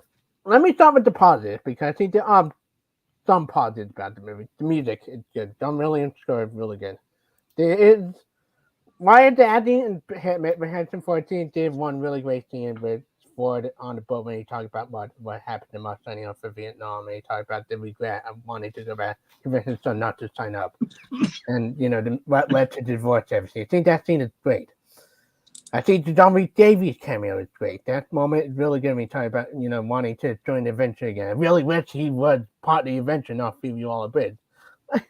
Like, I think Antonio Banderas rated the movie. Let's just say it. Like, I think the Rome stuff was interesting. I think that was like the movie went off the rail. I've enjoyed the craziness that last hour of that movie.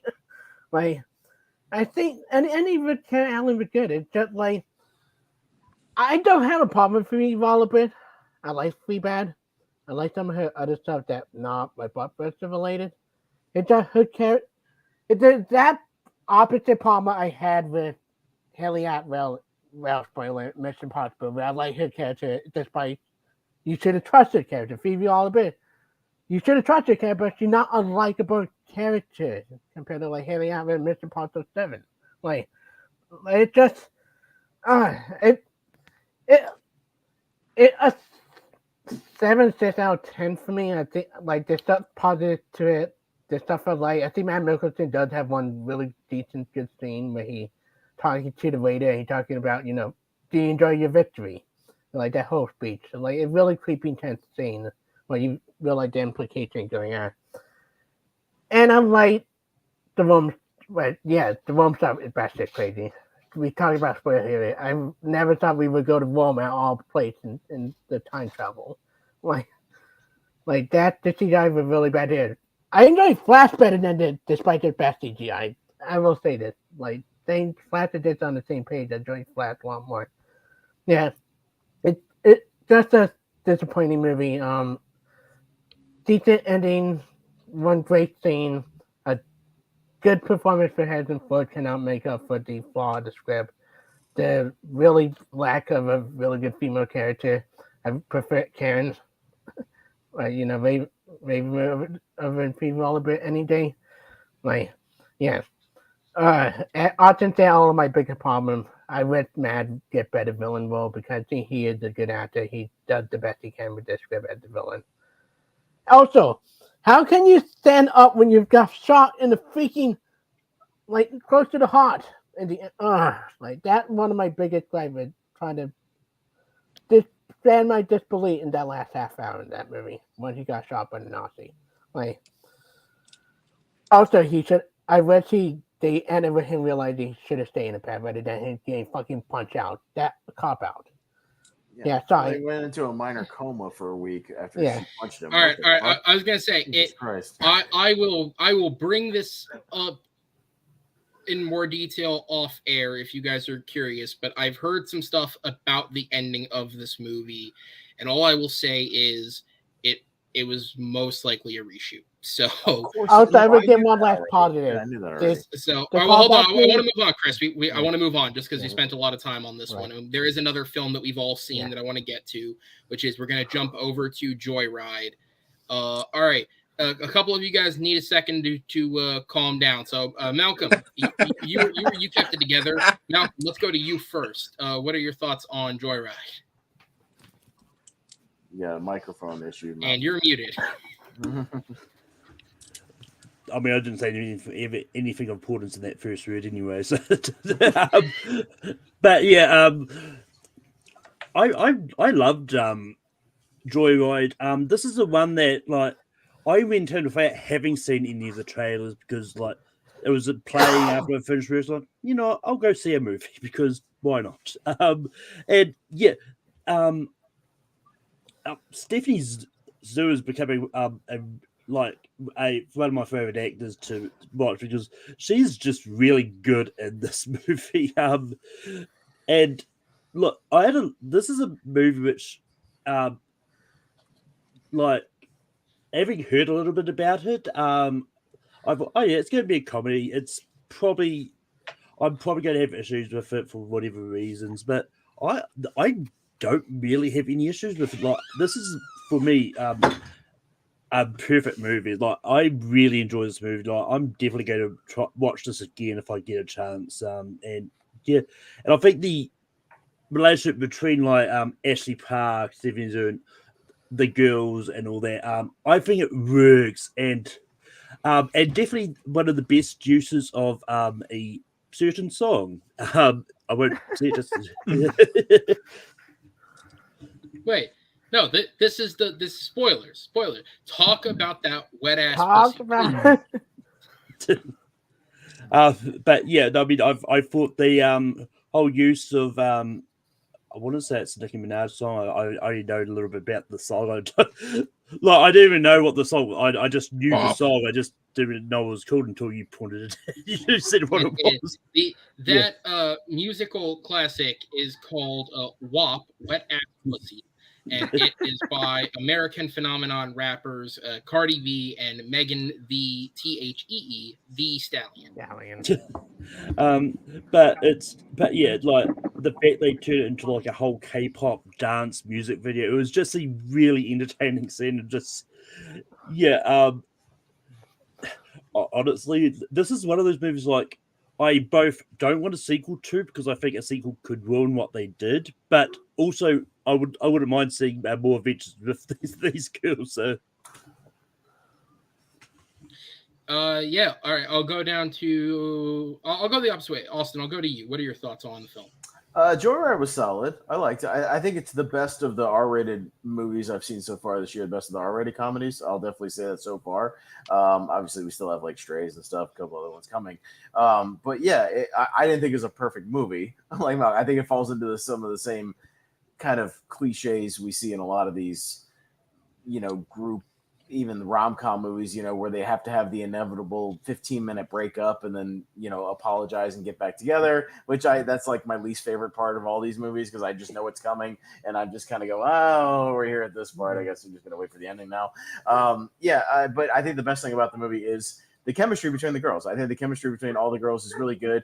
I think the movie kind of struggles to get a lot of laughs out of me until they get to China. And then I think it really actually picks up once they are kind of all together as a group and start to go on their little adventures. But it becomes a nice little road trip movie. But yeah, I mean, I think it's a solid one. I laughed out loud enough times to recommend it. It's like in that 7.5 out of 10 territory for me. I would definitely recommend it. And at least, for the chemistry between the girls, I think is all solid. Yeah. Jordan. Yeah, this was easily my favorite movie that we're talking about tonight that I've seen. I like this movie a lot here. I think the laughs are very consistent here, and really what wins it is the four leading ladies here. I think each one of them are given a good character, and they all kind of run with it, and they're all given their moments. You know what I mean? No one really gets lost in the shuffle here. There's obviously more focus on maybe one or two of them over the other two, but everyone really gets moments to shine here. Fun road trip here. It does have the cliches, but again, when you can at least do the cliches good, I think it still works out here. And as someone that has like an adopted sister too here, that they also handle that kind of pretty good as well. Without being too over the top or shoehorned in. And yeah, I had a really fun time, man. I think everyone kind of kills it in this movie here, and this is a lot of fun. Yeah, I agree.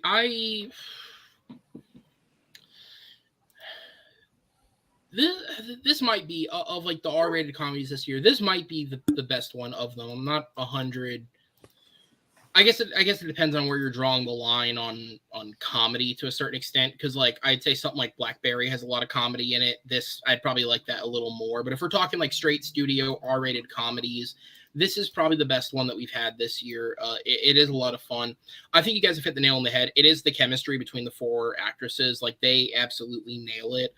I like in a weird way, and I understand why you wouldn't market it this way, but they're marketing the fact that it's directed by Adele Lim, who wrote Crazy Rich Asians. She also wrote Raya and the Last Dragon for Disney. She didn't write this film. She wrote the story, like I believe she wrote the outline for the movie, but the actual comedy within the movie, and I'm going to mispronounce both these women's names, and I apologize, but it's Teresa Sayao and Cherry Sheva Pravat Dumrong. I definitely said that wrong. But both of them have an extensive number of years working on the show Family Guy, and specifically working on Family Guy during its like heyday in the 2000s was when the bulk of their work was done. I was about to say that one name you said sounded very familiar. Yeah.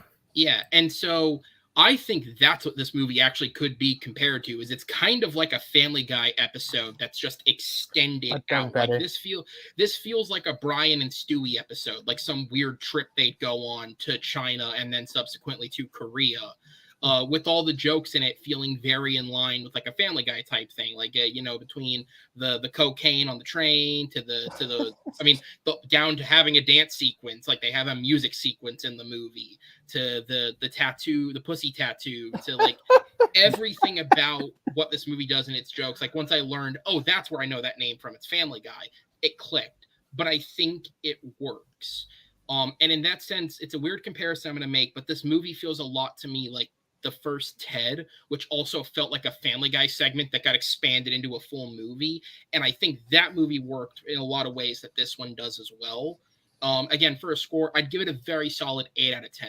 I agree with Austin. It's when this movie hits its third act, it falls into the third act breakup and the moping and the doping, and then we all got to find our way back to get. And it's like, okay, that is like, it's like, okay, come on, can we just get this over with and move the fuck on? I just wish there would be one of these movies where they didn't have that. That's all. Can we do that? Aside from that, like at some point? legitimately, it loses a point for me for that. But the humor is top notch in this. If you just want to laugh, go check this out. And I can say that because based on the box office, a lot of you have not. Thankfully, all of us here did. Matt's shown back up. I have no clue if he's even there, if he's just turned his camera on by accident. But who else hasn't talked yet? Because him coming in is throwing me off. Chris, down to you. Yeah, you were below me, and then Kevin. Yeah, I saw this a week early. I went to AMC event screening of this. I love this film. Yeah, I laughed so hard at this movie from start to finish. The tattoo scene definitely. The reveal of the devil tattoo. I think that one was the best payoff joke in the movie. Down to the basketball player set montage sequence, like that.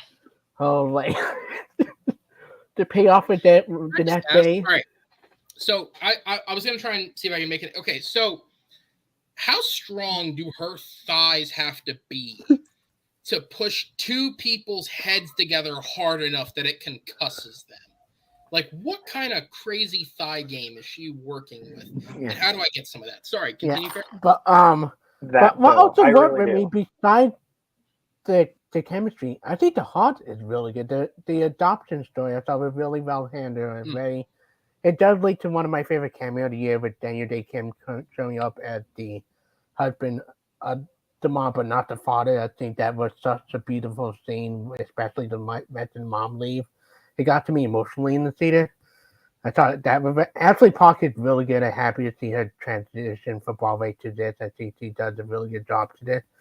Everybody, Stephanie, the girl from Everything Everywhere at Once is great. Stephanie Ship. Yeah, she's hysterical. The best friend is hysterical. Dope Stick. Yeah, Dope Stick. How you say that character could have been annoying, but she landed every laugh really well when needed. Like, rather her random being hosed down out that come out in no random moment. Like, it's just it worked for me, and I would love to see more of it to Steve Cooper. And I think the heart is what really made the movie. What made me love the movie. The story about the best friend and the difference in the adoption storyline and the way they pay off with that. So it's beautiful. I think one of the better payoff I've seen in comedy lately with heart and heavy emotional payoff there. It came out smiling. I recommend it to a lot of my friends. I definitely get my parents to watch it when they had streaming because sadly there's so much coming out right now. They don't have time to see a lot of stuff. Especially next week with Bobby Oppenheimer. They more interested in that than Joey Ray Stanley. All right, Kevin? Everything we all said. I'll say the thing, when last time I was here, I talked about No Hard Feelings, and I said that's a light R-rated movie. This was a hard raunchy comedy, and this is what I kind of thought No Hard Feelings would be. But this one, I laughed so hard, so many times. This one, it's also more than just a raunchy comedy, but also it has a really thoughtful message especially about one's culture, which really good, which is really amazing about that. The actor that played Deadeye was my favorite. Yeah. Yeah, as someone, I do have several close friends who are K-pop fans. They probably the guy perfectly fits that character to a to know for me. I'm like, oh, like I know I'm gonna love you. The trade scene cracked me up the most because especially the whole them trying to talk the officers down to like no we don't have any drug but and just boots them out. It's funny. It's one of my favorite so far. One of my favorite Roger comedies. 4.5 out of 5 for me. Yeah, 4.9 out of 5 for me. Right. Hey, 4.9 out of 5. I can't tell if Matt's here or if he like turned it on to listen and just got jumped into the call by accident. All right, something's moving. No, He is responding. I'm here. Matt, do you see I'm the Blair driving, Witch? but I'm here. Do you see this? That's a great question. It's All right, so boogeyman first behind you? I am like in the middle of nowhere right now, and I'm like driving through all these trees. I would not be surprised if the witch just came out of the way and Well, just maybe you need to tackled turn my that off car. and turn your GPS on so you're not lost anymore. Hey, You guys, are I you don't know if lost you can if hear it's me where now, you but- want to be? Yeah, I can't guide you if I don't know where you are. Matt, since No, you're I on am, here, did you in see a small Joyride? town called Wichita. Yeah, I did. I saw Joyride, Mission Impossible, and Sound of Freedom this week. All right, well, Mission Impossible's next week. Briefly, what do you think of Joyride? Yeah. I liked it. It was a good, fun R-rated comedy. I loved that it was as raunchy as it was. You know, we don't get a lot of female comedy movies that are just super raunchy. I mean, yeah, you get like your Bridesmaids and Girls Trips, but that's really about it. So it's nice when we get an R-rated raunchy comedy just starring all women, and in fact, it's directed by a woman who wrote Raya and the Last Dragon, made it even funnier. But no, it was good. I like the chemistry between all the girls. I might agree about Deadeye being my favorite. I thought she was really quite funny in that movie with some of the stuff there too. But yeah, it wasn't too long in my opinion. I felt like it was a good enough runtime, nice story, has heart, has what you want in those R-rated comedies. But yeah, I enjoyed it. I had a good time. All right. So we'll go ahead and move on here.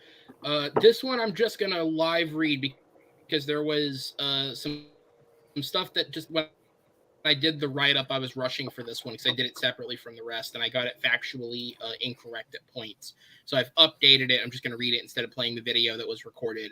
But this was something that I read this week that just it piqued my interest, which is David Leitch spoke briefly more about his next film, including revealing that the film, despite it had started production earlier in the year, but people didn't really know how long production was going to run. He confirmed that it's completely finished filming, including anything they may need to reshoot, so it is on track to release on time.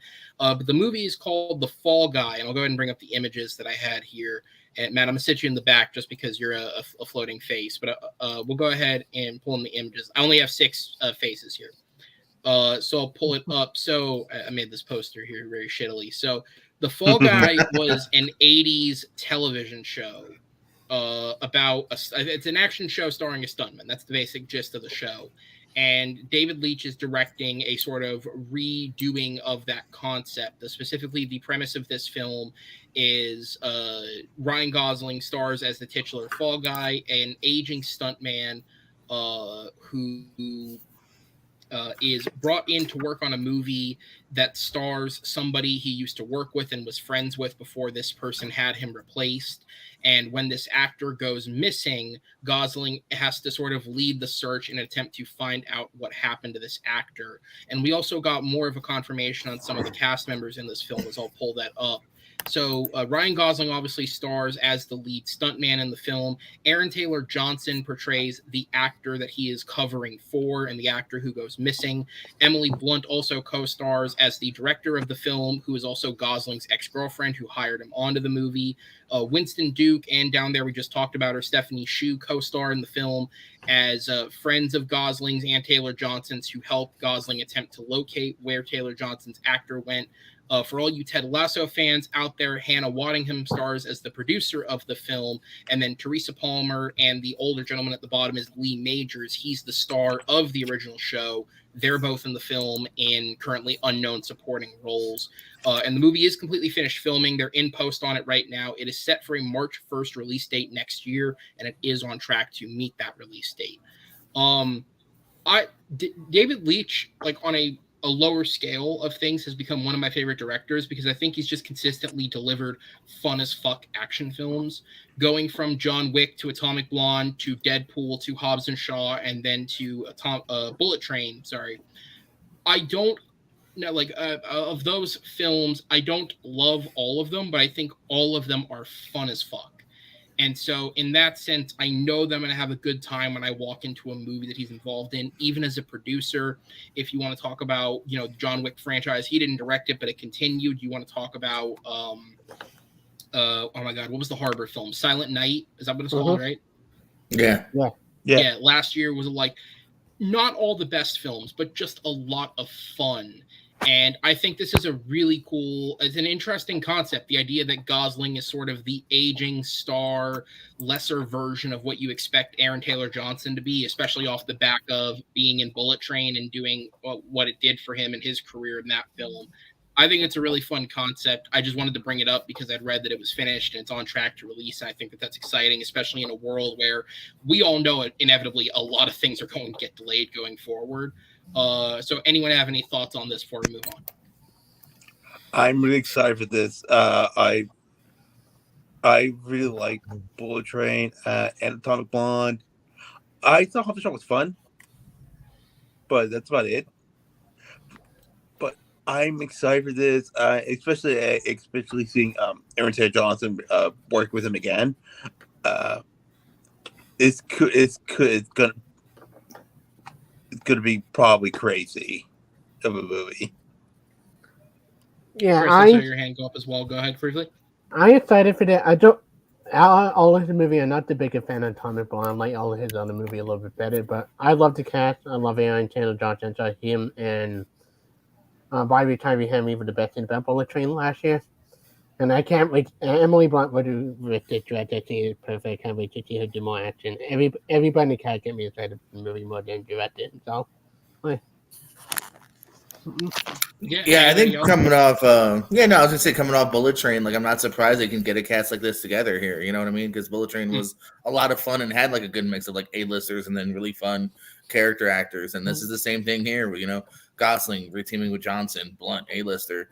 Love my Ted Lasso girl. Happy to see her. Love Sue. You know, we've mentioned already. So yeah, right now, you know, like you said, even if his worst film is still like a decent, fun film to even great films later on. Yeah, I'm excited. I'm in. Absolutely. Malcolm or Austin?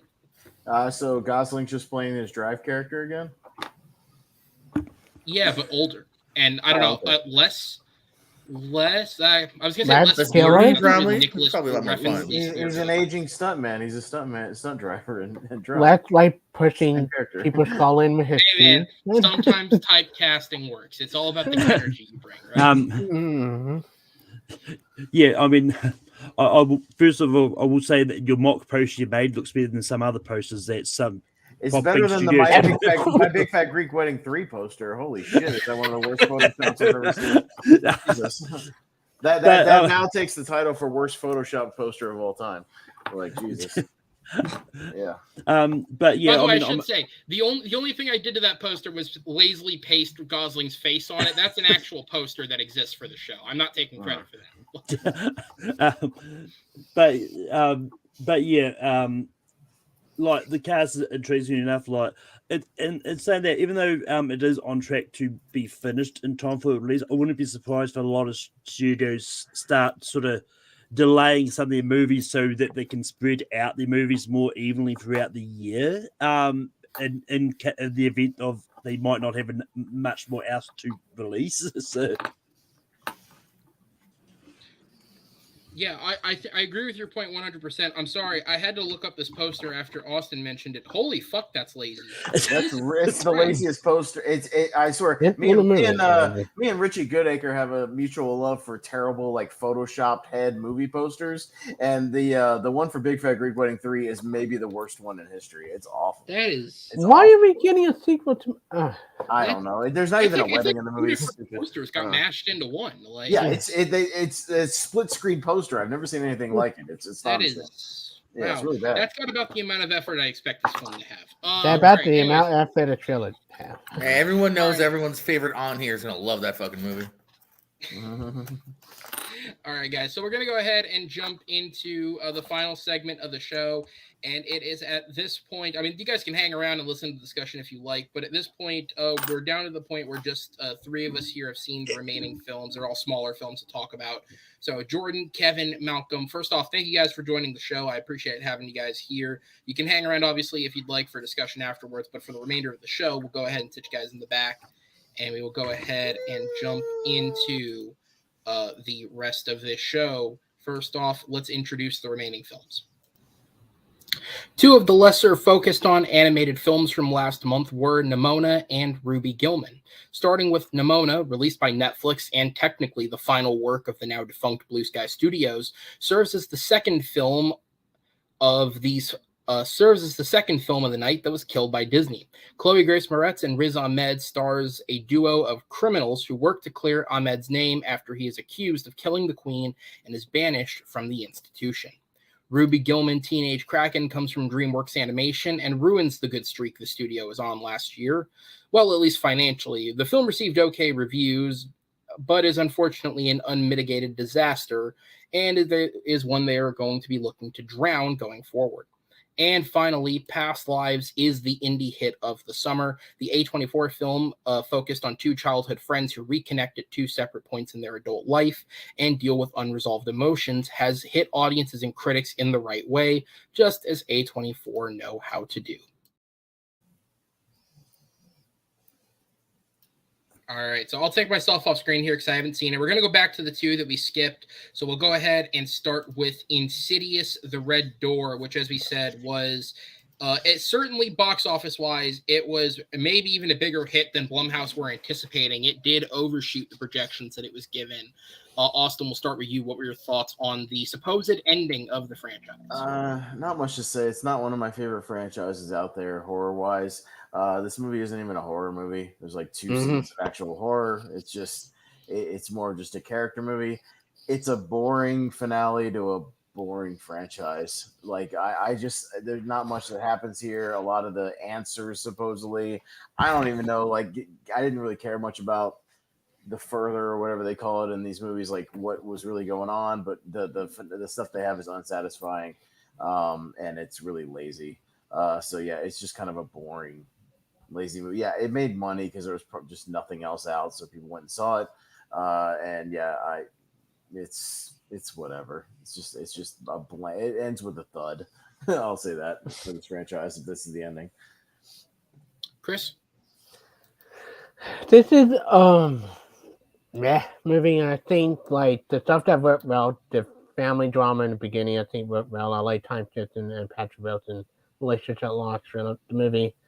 But word burn is wasted in the movie. There is clearly a deleted scene edited out in the movie with her explaining everything to Patrick Wilson. It does jump right to him entering the dimension.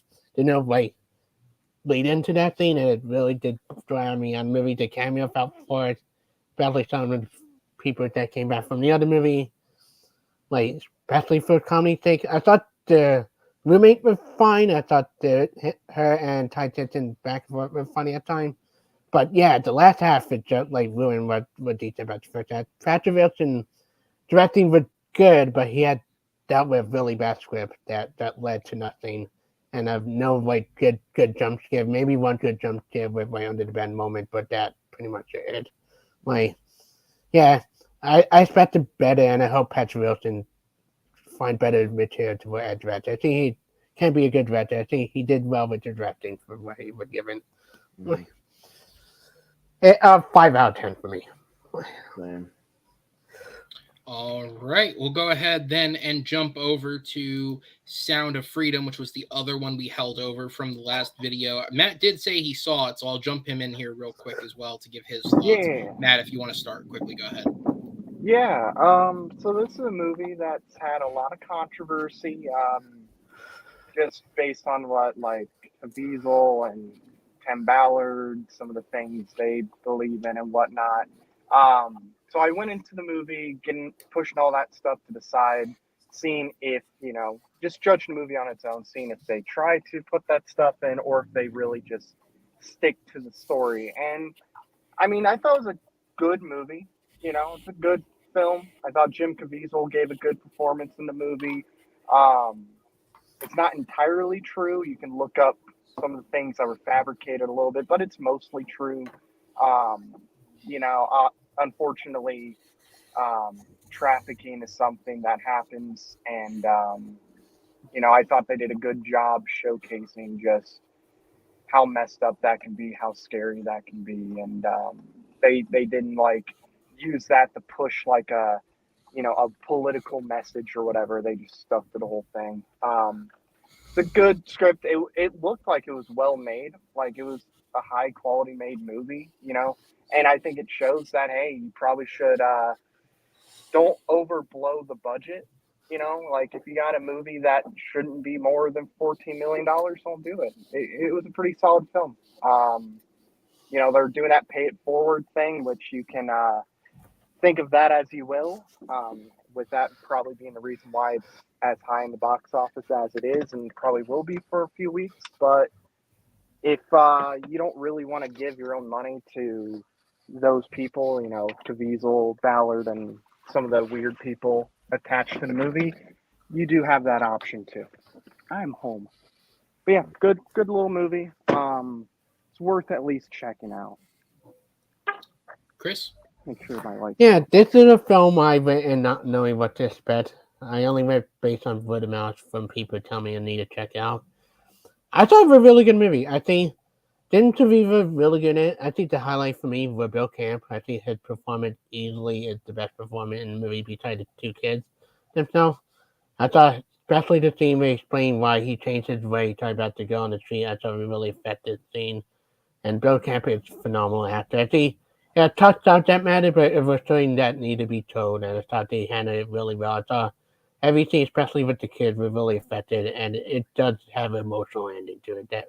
And compared to other religious films that try to do the same thing, and it thankfully was not a religious, like hit you over the head movie.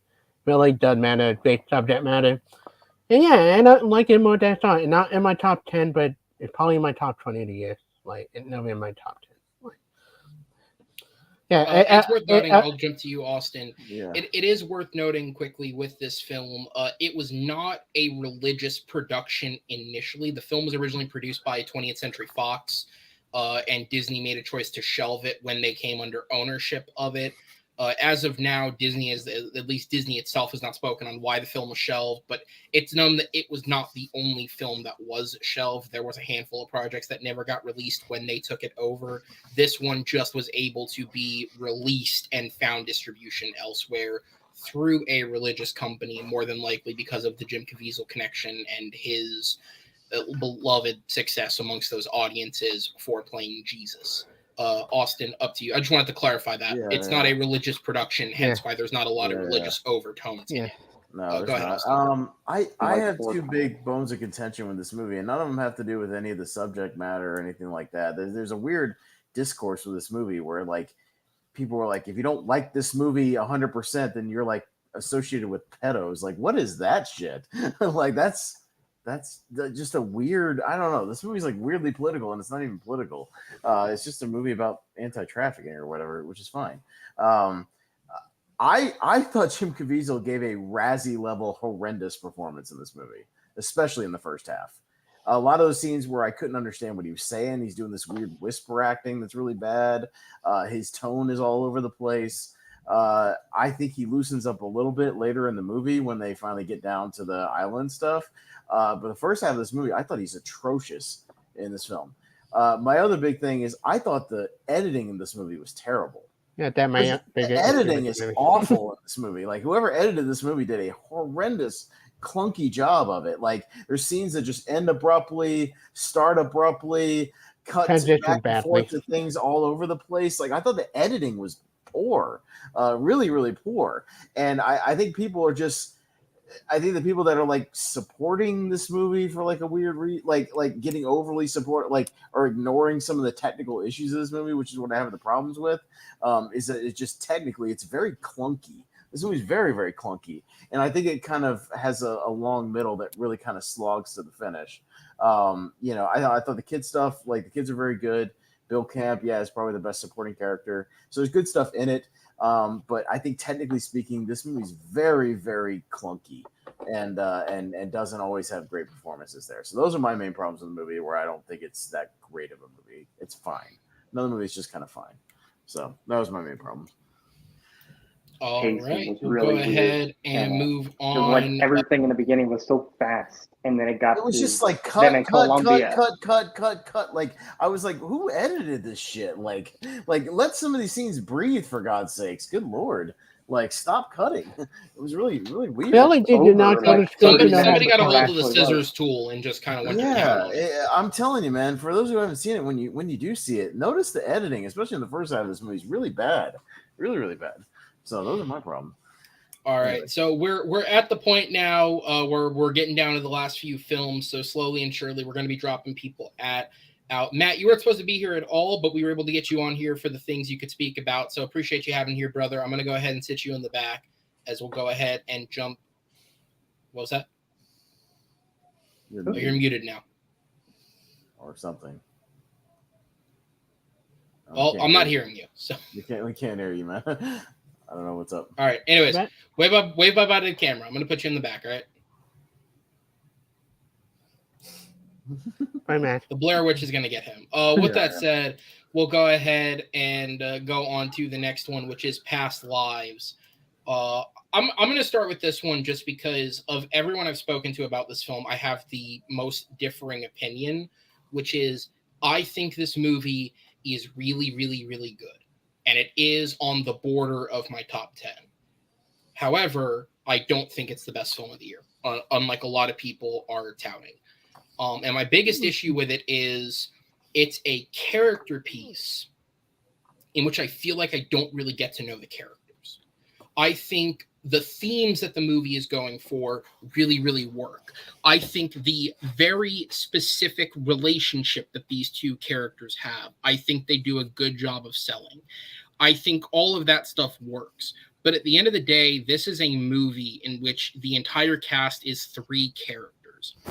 And I feel like because of the way the movie is structured, in that it's focusing on 3 beats of their lives, one of which they're children, and the second of which they're having a long-distance relationship over mid-2000s Skype, which we all know was the most reliable thing in the world.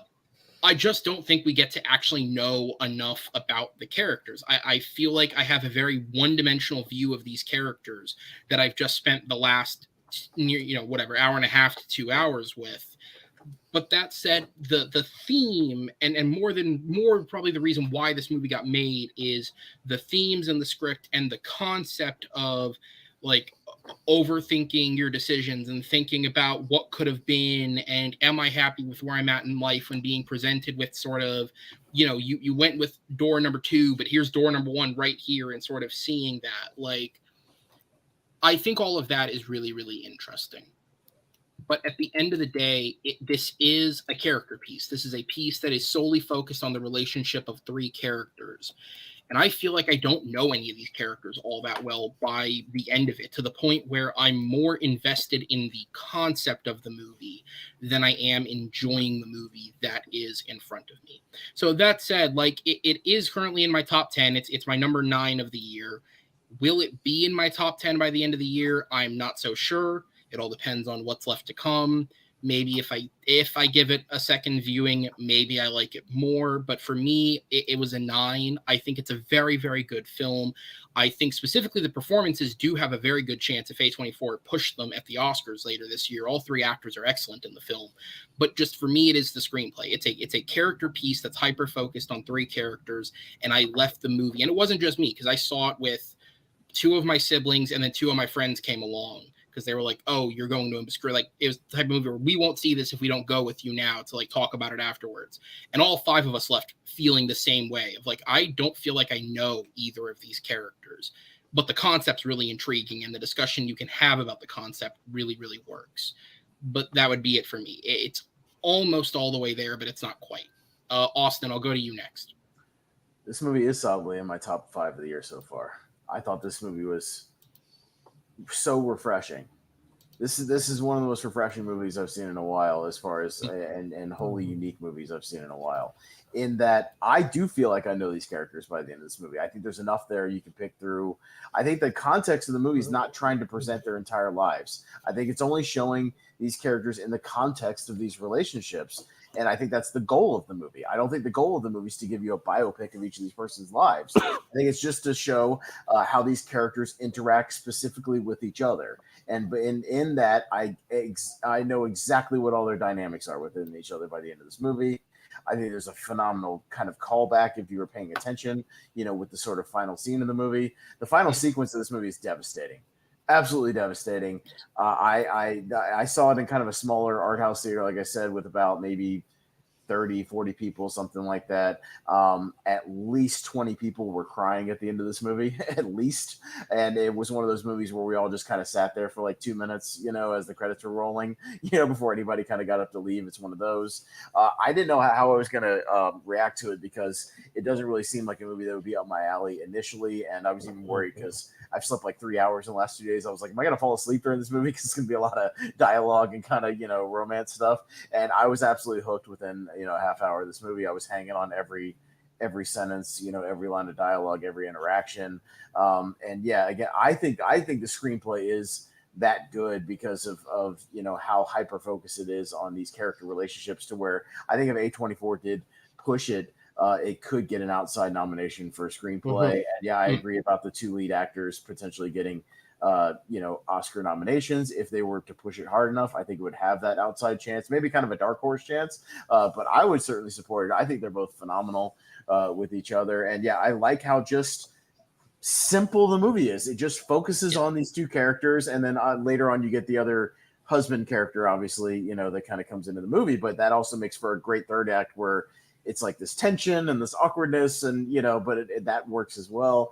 I just like these smaller movies that just know how to get it done, and again feel in the age of the last few weeks where I've seen stuff like Dial of Destiny and The Flash, and all these, like, it's nice to see just a small film that presents a nice contained story and just really focuses it on it, gets you hooked on it, and leaves you wanting more. So yeah, it's a devastating movie. Bring your tissue if you're that kind of person. I don't really cry at movies that much, but if you're a type that can cry easily at movies, you will be at the end of this movie. I can guarantee it.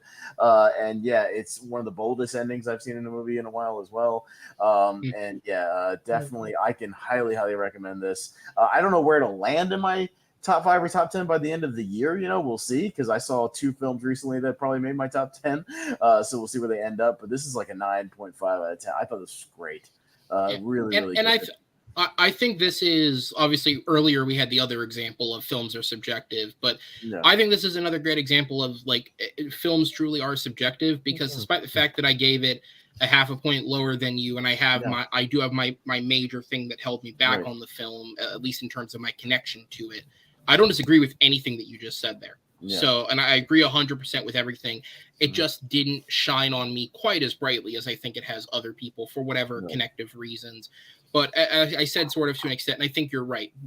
Maybe it's just a case of, for me, I would have wanted just to flesh the character out a little bit more. But in terms of just the hyper focus of this relationship, my thing is, I don't think that's the goal of the movie, though, is to show you their lives outside of these relationships. I think that's why the movie felt different to me, is that it was literally every scene is with one of the essentially, I guess, 3 relationships in the movie when Mhm. you flesh it out, Yeah. kind of. Yeah, like one of the triangle sort of relationship. Eventually, again, the other character comes in later, but there's not many characters outside of that. I mean, there's a few No. sprinkled here and there, but I think it's literally every scene has some aspect of that. So it's not trying to show what this person did on their own, in their life, whatever. It's just focused on this. So I think that was the goal of the movies, to do something different like that, not No, that's flesh fair. out their entire life. So I guess yeah. to like phrase it in the way that's most truthful. I guess it's not that I needed to see more of their lives. I just feel like for how deep the film goes in its premise, in its concept, and how it analyzes specifically the relationship of these people, I feel like for a movie that's so philosophical, I wanted to know more about the inner workings of the characters, just a little more to get a little more, because like what I mean is like I feel like the part of the film where you are sort of getting to know them most is like the Skype and that's part of it also is the relationship, right? Like the Skype montage honestly didn't hit me the right way, because it's like this is where you build the relationship for when we inevitably get to the third act and you see obviously with the dissolution of it and then how they come back together and how it affects them. I just feel like I wanted a little bit more of the relationship. It feels like you're seeing the after effect of it, and it's beautiful. For me, again, the third for act, me, though, I wanted a little bit more of that. When they're talking about it, they're fleshing out some of the stuff in retrospect that I think still works, again, in a unique way that's not a traditional way of telling the story. You know what I'm saying? Like that's fair. It just didn't. I guess it didn't do it for me. Again, I gave the film a 9 out of 10. It's in my top 10. I am not shitting on this film in any way, shape, or form. It's an excellent film. And if you're going to support independent film, this could be. I would like to see this one become this year's Everything Everywhere All at Once. Yeah, in a different way where not enough dildos. Yeah, right.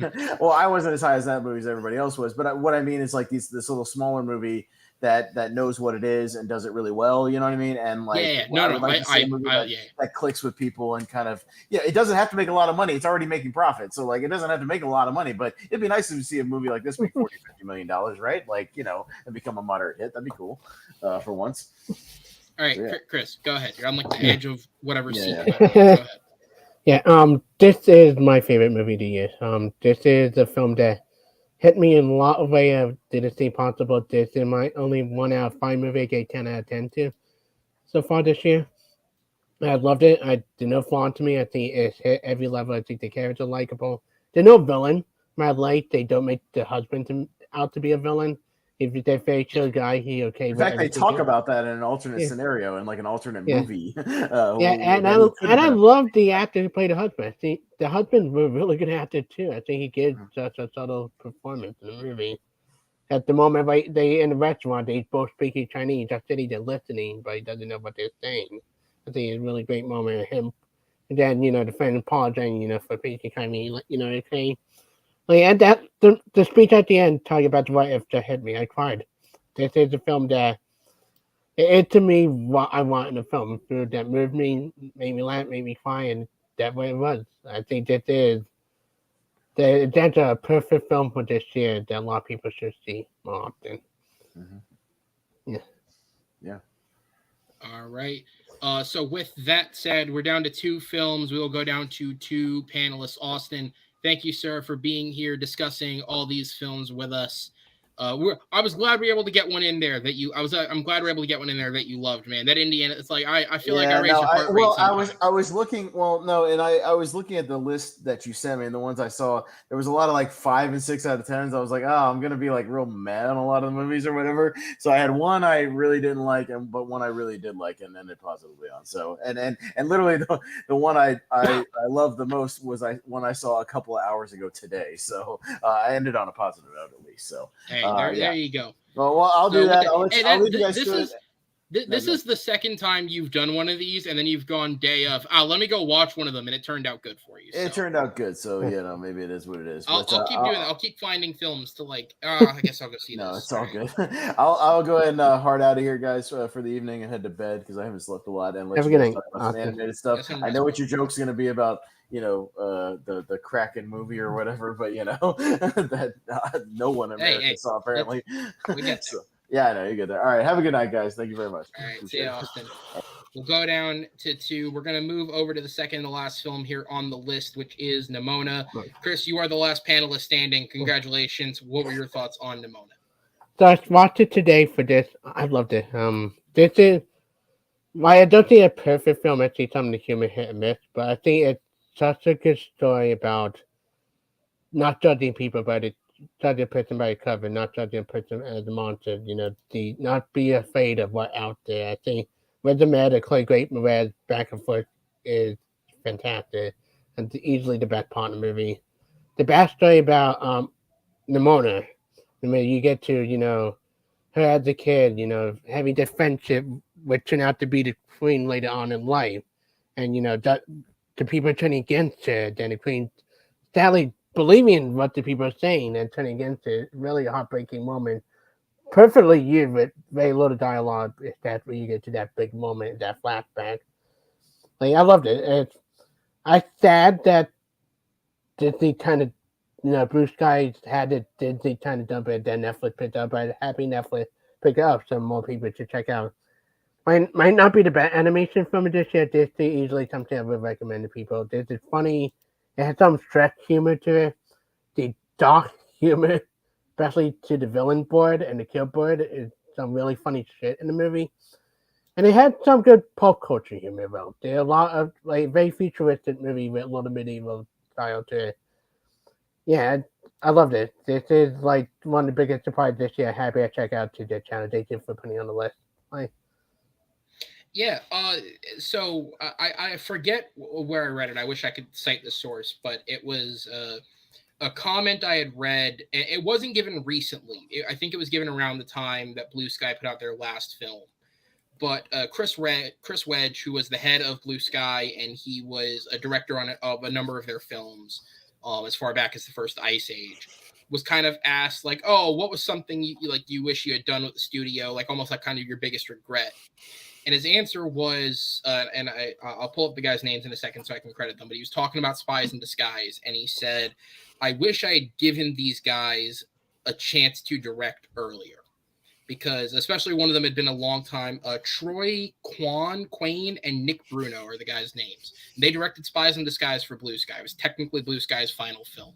And he said, I wish I'd given them the chance to direct earlier because especially one of them had been around the company for a long, long time and never got the chance to direct a film. And then finally did one and it turned out to be Spies in Disguise. At least from my own opinion, I think it's one of Blue Sky's best films. This film proves his quote correct. This movie, though it was technically not finished by Blue Sky, it was written at Blue Sky. A lot of the animation was done under Blue Sky. I, for one, would put it down as Blue Sky's final film because there's a major contribution towards it from their part. This might be their best film. This movie's excellent. It is really well animated. It's really, again, I talked earlier about Elemental's unique animation. I thought this movie's really uniquely animated. It's got a real sense of style to it in a way that not a lot of films from Blue Sky ever did, because I thought Blue Sky were I used to call them the most 6 out of 10 studio that ever existed. This movie has style to it in spades. I think the voice performances are excellent. Obviously, Chloe Grace Moretz is excellent. Riz Ahmed is like a fucking Oscar nominee. He's excellent in this. Who did the voice of the director? Yeah, the one I want to shout out is I forget the character's name, but it's the other knight who is Riz Ahmed's love interest. Oh yeah, he's voiced by Eugene Yang, who is not an actor, or at least mostly known for. He's not an actor. He's one of the Try Guys from the YouTube channel, The Try Guys. Yeah. He's a fucking BuzzFeed content creator who is transitioning into acting, and this is one of his first roles. Holy shit. The fact that even just as a voice actor, you can go toe-to-toe with someone like Riz Ahmed and tit-a-tit scene with him and make it work. Kudos to you, sir. That's really, really impressive. I was genuinely impressed by that. If I didn't know who he was, I would have just guessed he was some small actor I'd never heard of. Really, really impressive. The story is really unique. I think even when the movie does dive into tropes, I think it does it in an interesting way. Honestly, for me, the biggest criticism I think I can levy at the film is that it's the third best animated film released in the month of June, because it just happened to come out the same month as Elemental and Spider-Verse, both of which I like a little more than this. But this movie's excellent.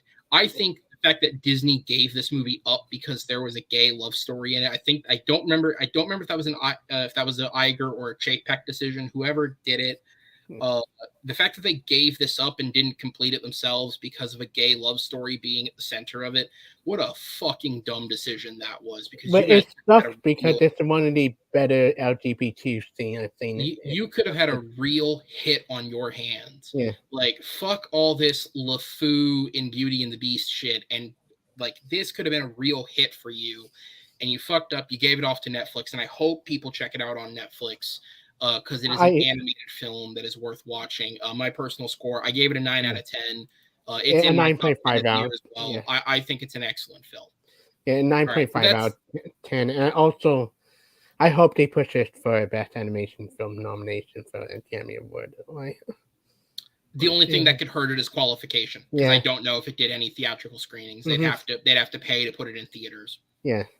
That'd be the only thing. But with that said, Chris, as with all the others, thank you for being here, sir. We're at the point of the show where I'm going to go ahead and drop you to the back. And we're going to try and wrap this up before we hit the 3-hour point because we're on to the final film, which is Ruby Gillman, Teenage Kraken. It's fine. It's okay. I got to see this movie early. There wasn't a lot of people at the theater. It's the best thing I could say about it. This is okay. What I'm going to focus on is in the month of June, where we had a couple unmitigated box office disasters. This is the worst of them. This movie on its 3-day opening opened to 5.5 million. Now, Elemental caught headlines, opening at like 28 million for being the worst opening in Pixar's history. 5.5 million is the worst opening in DreamWorks history.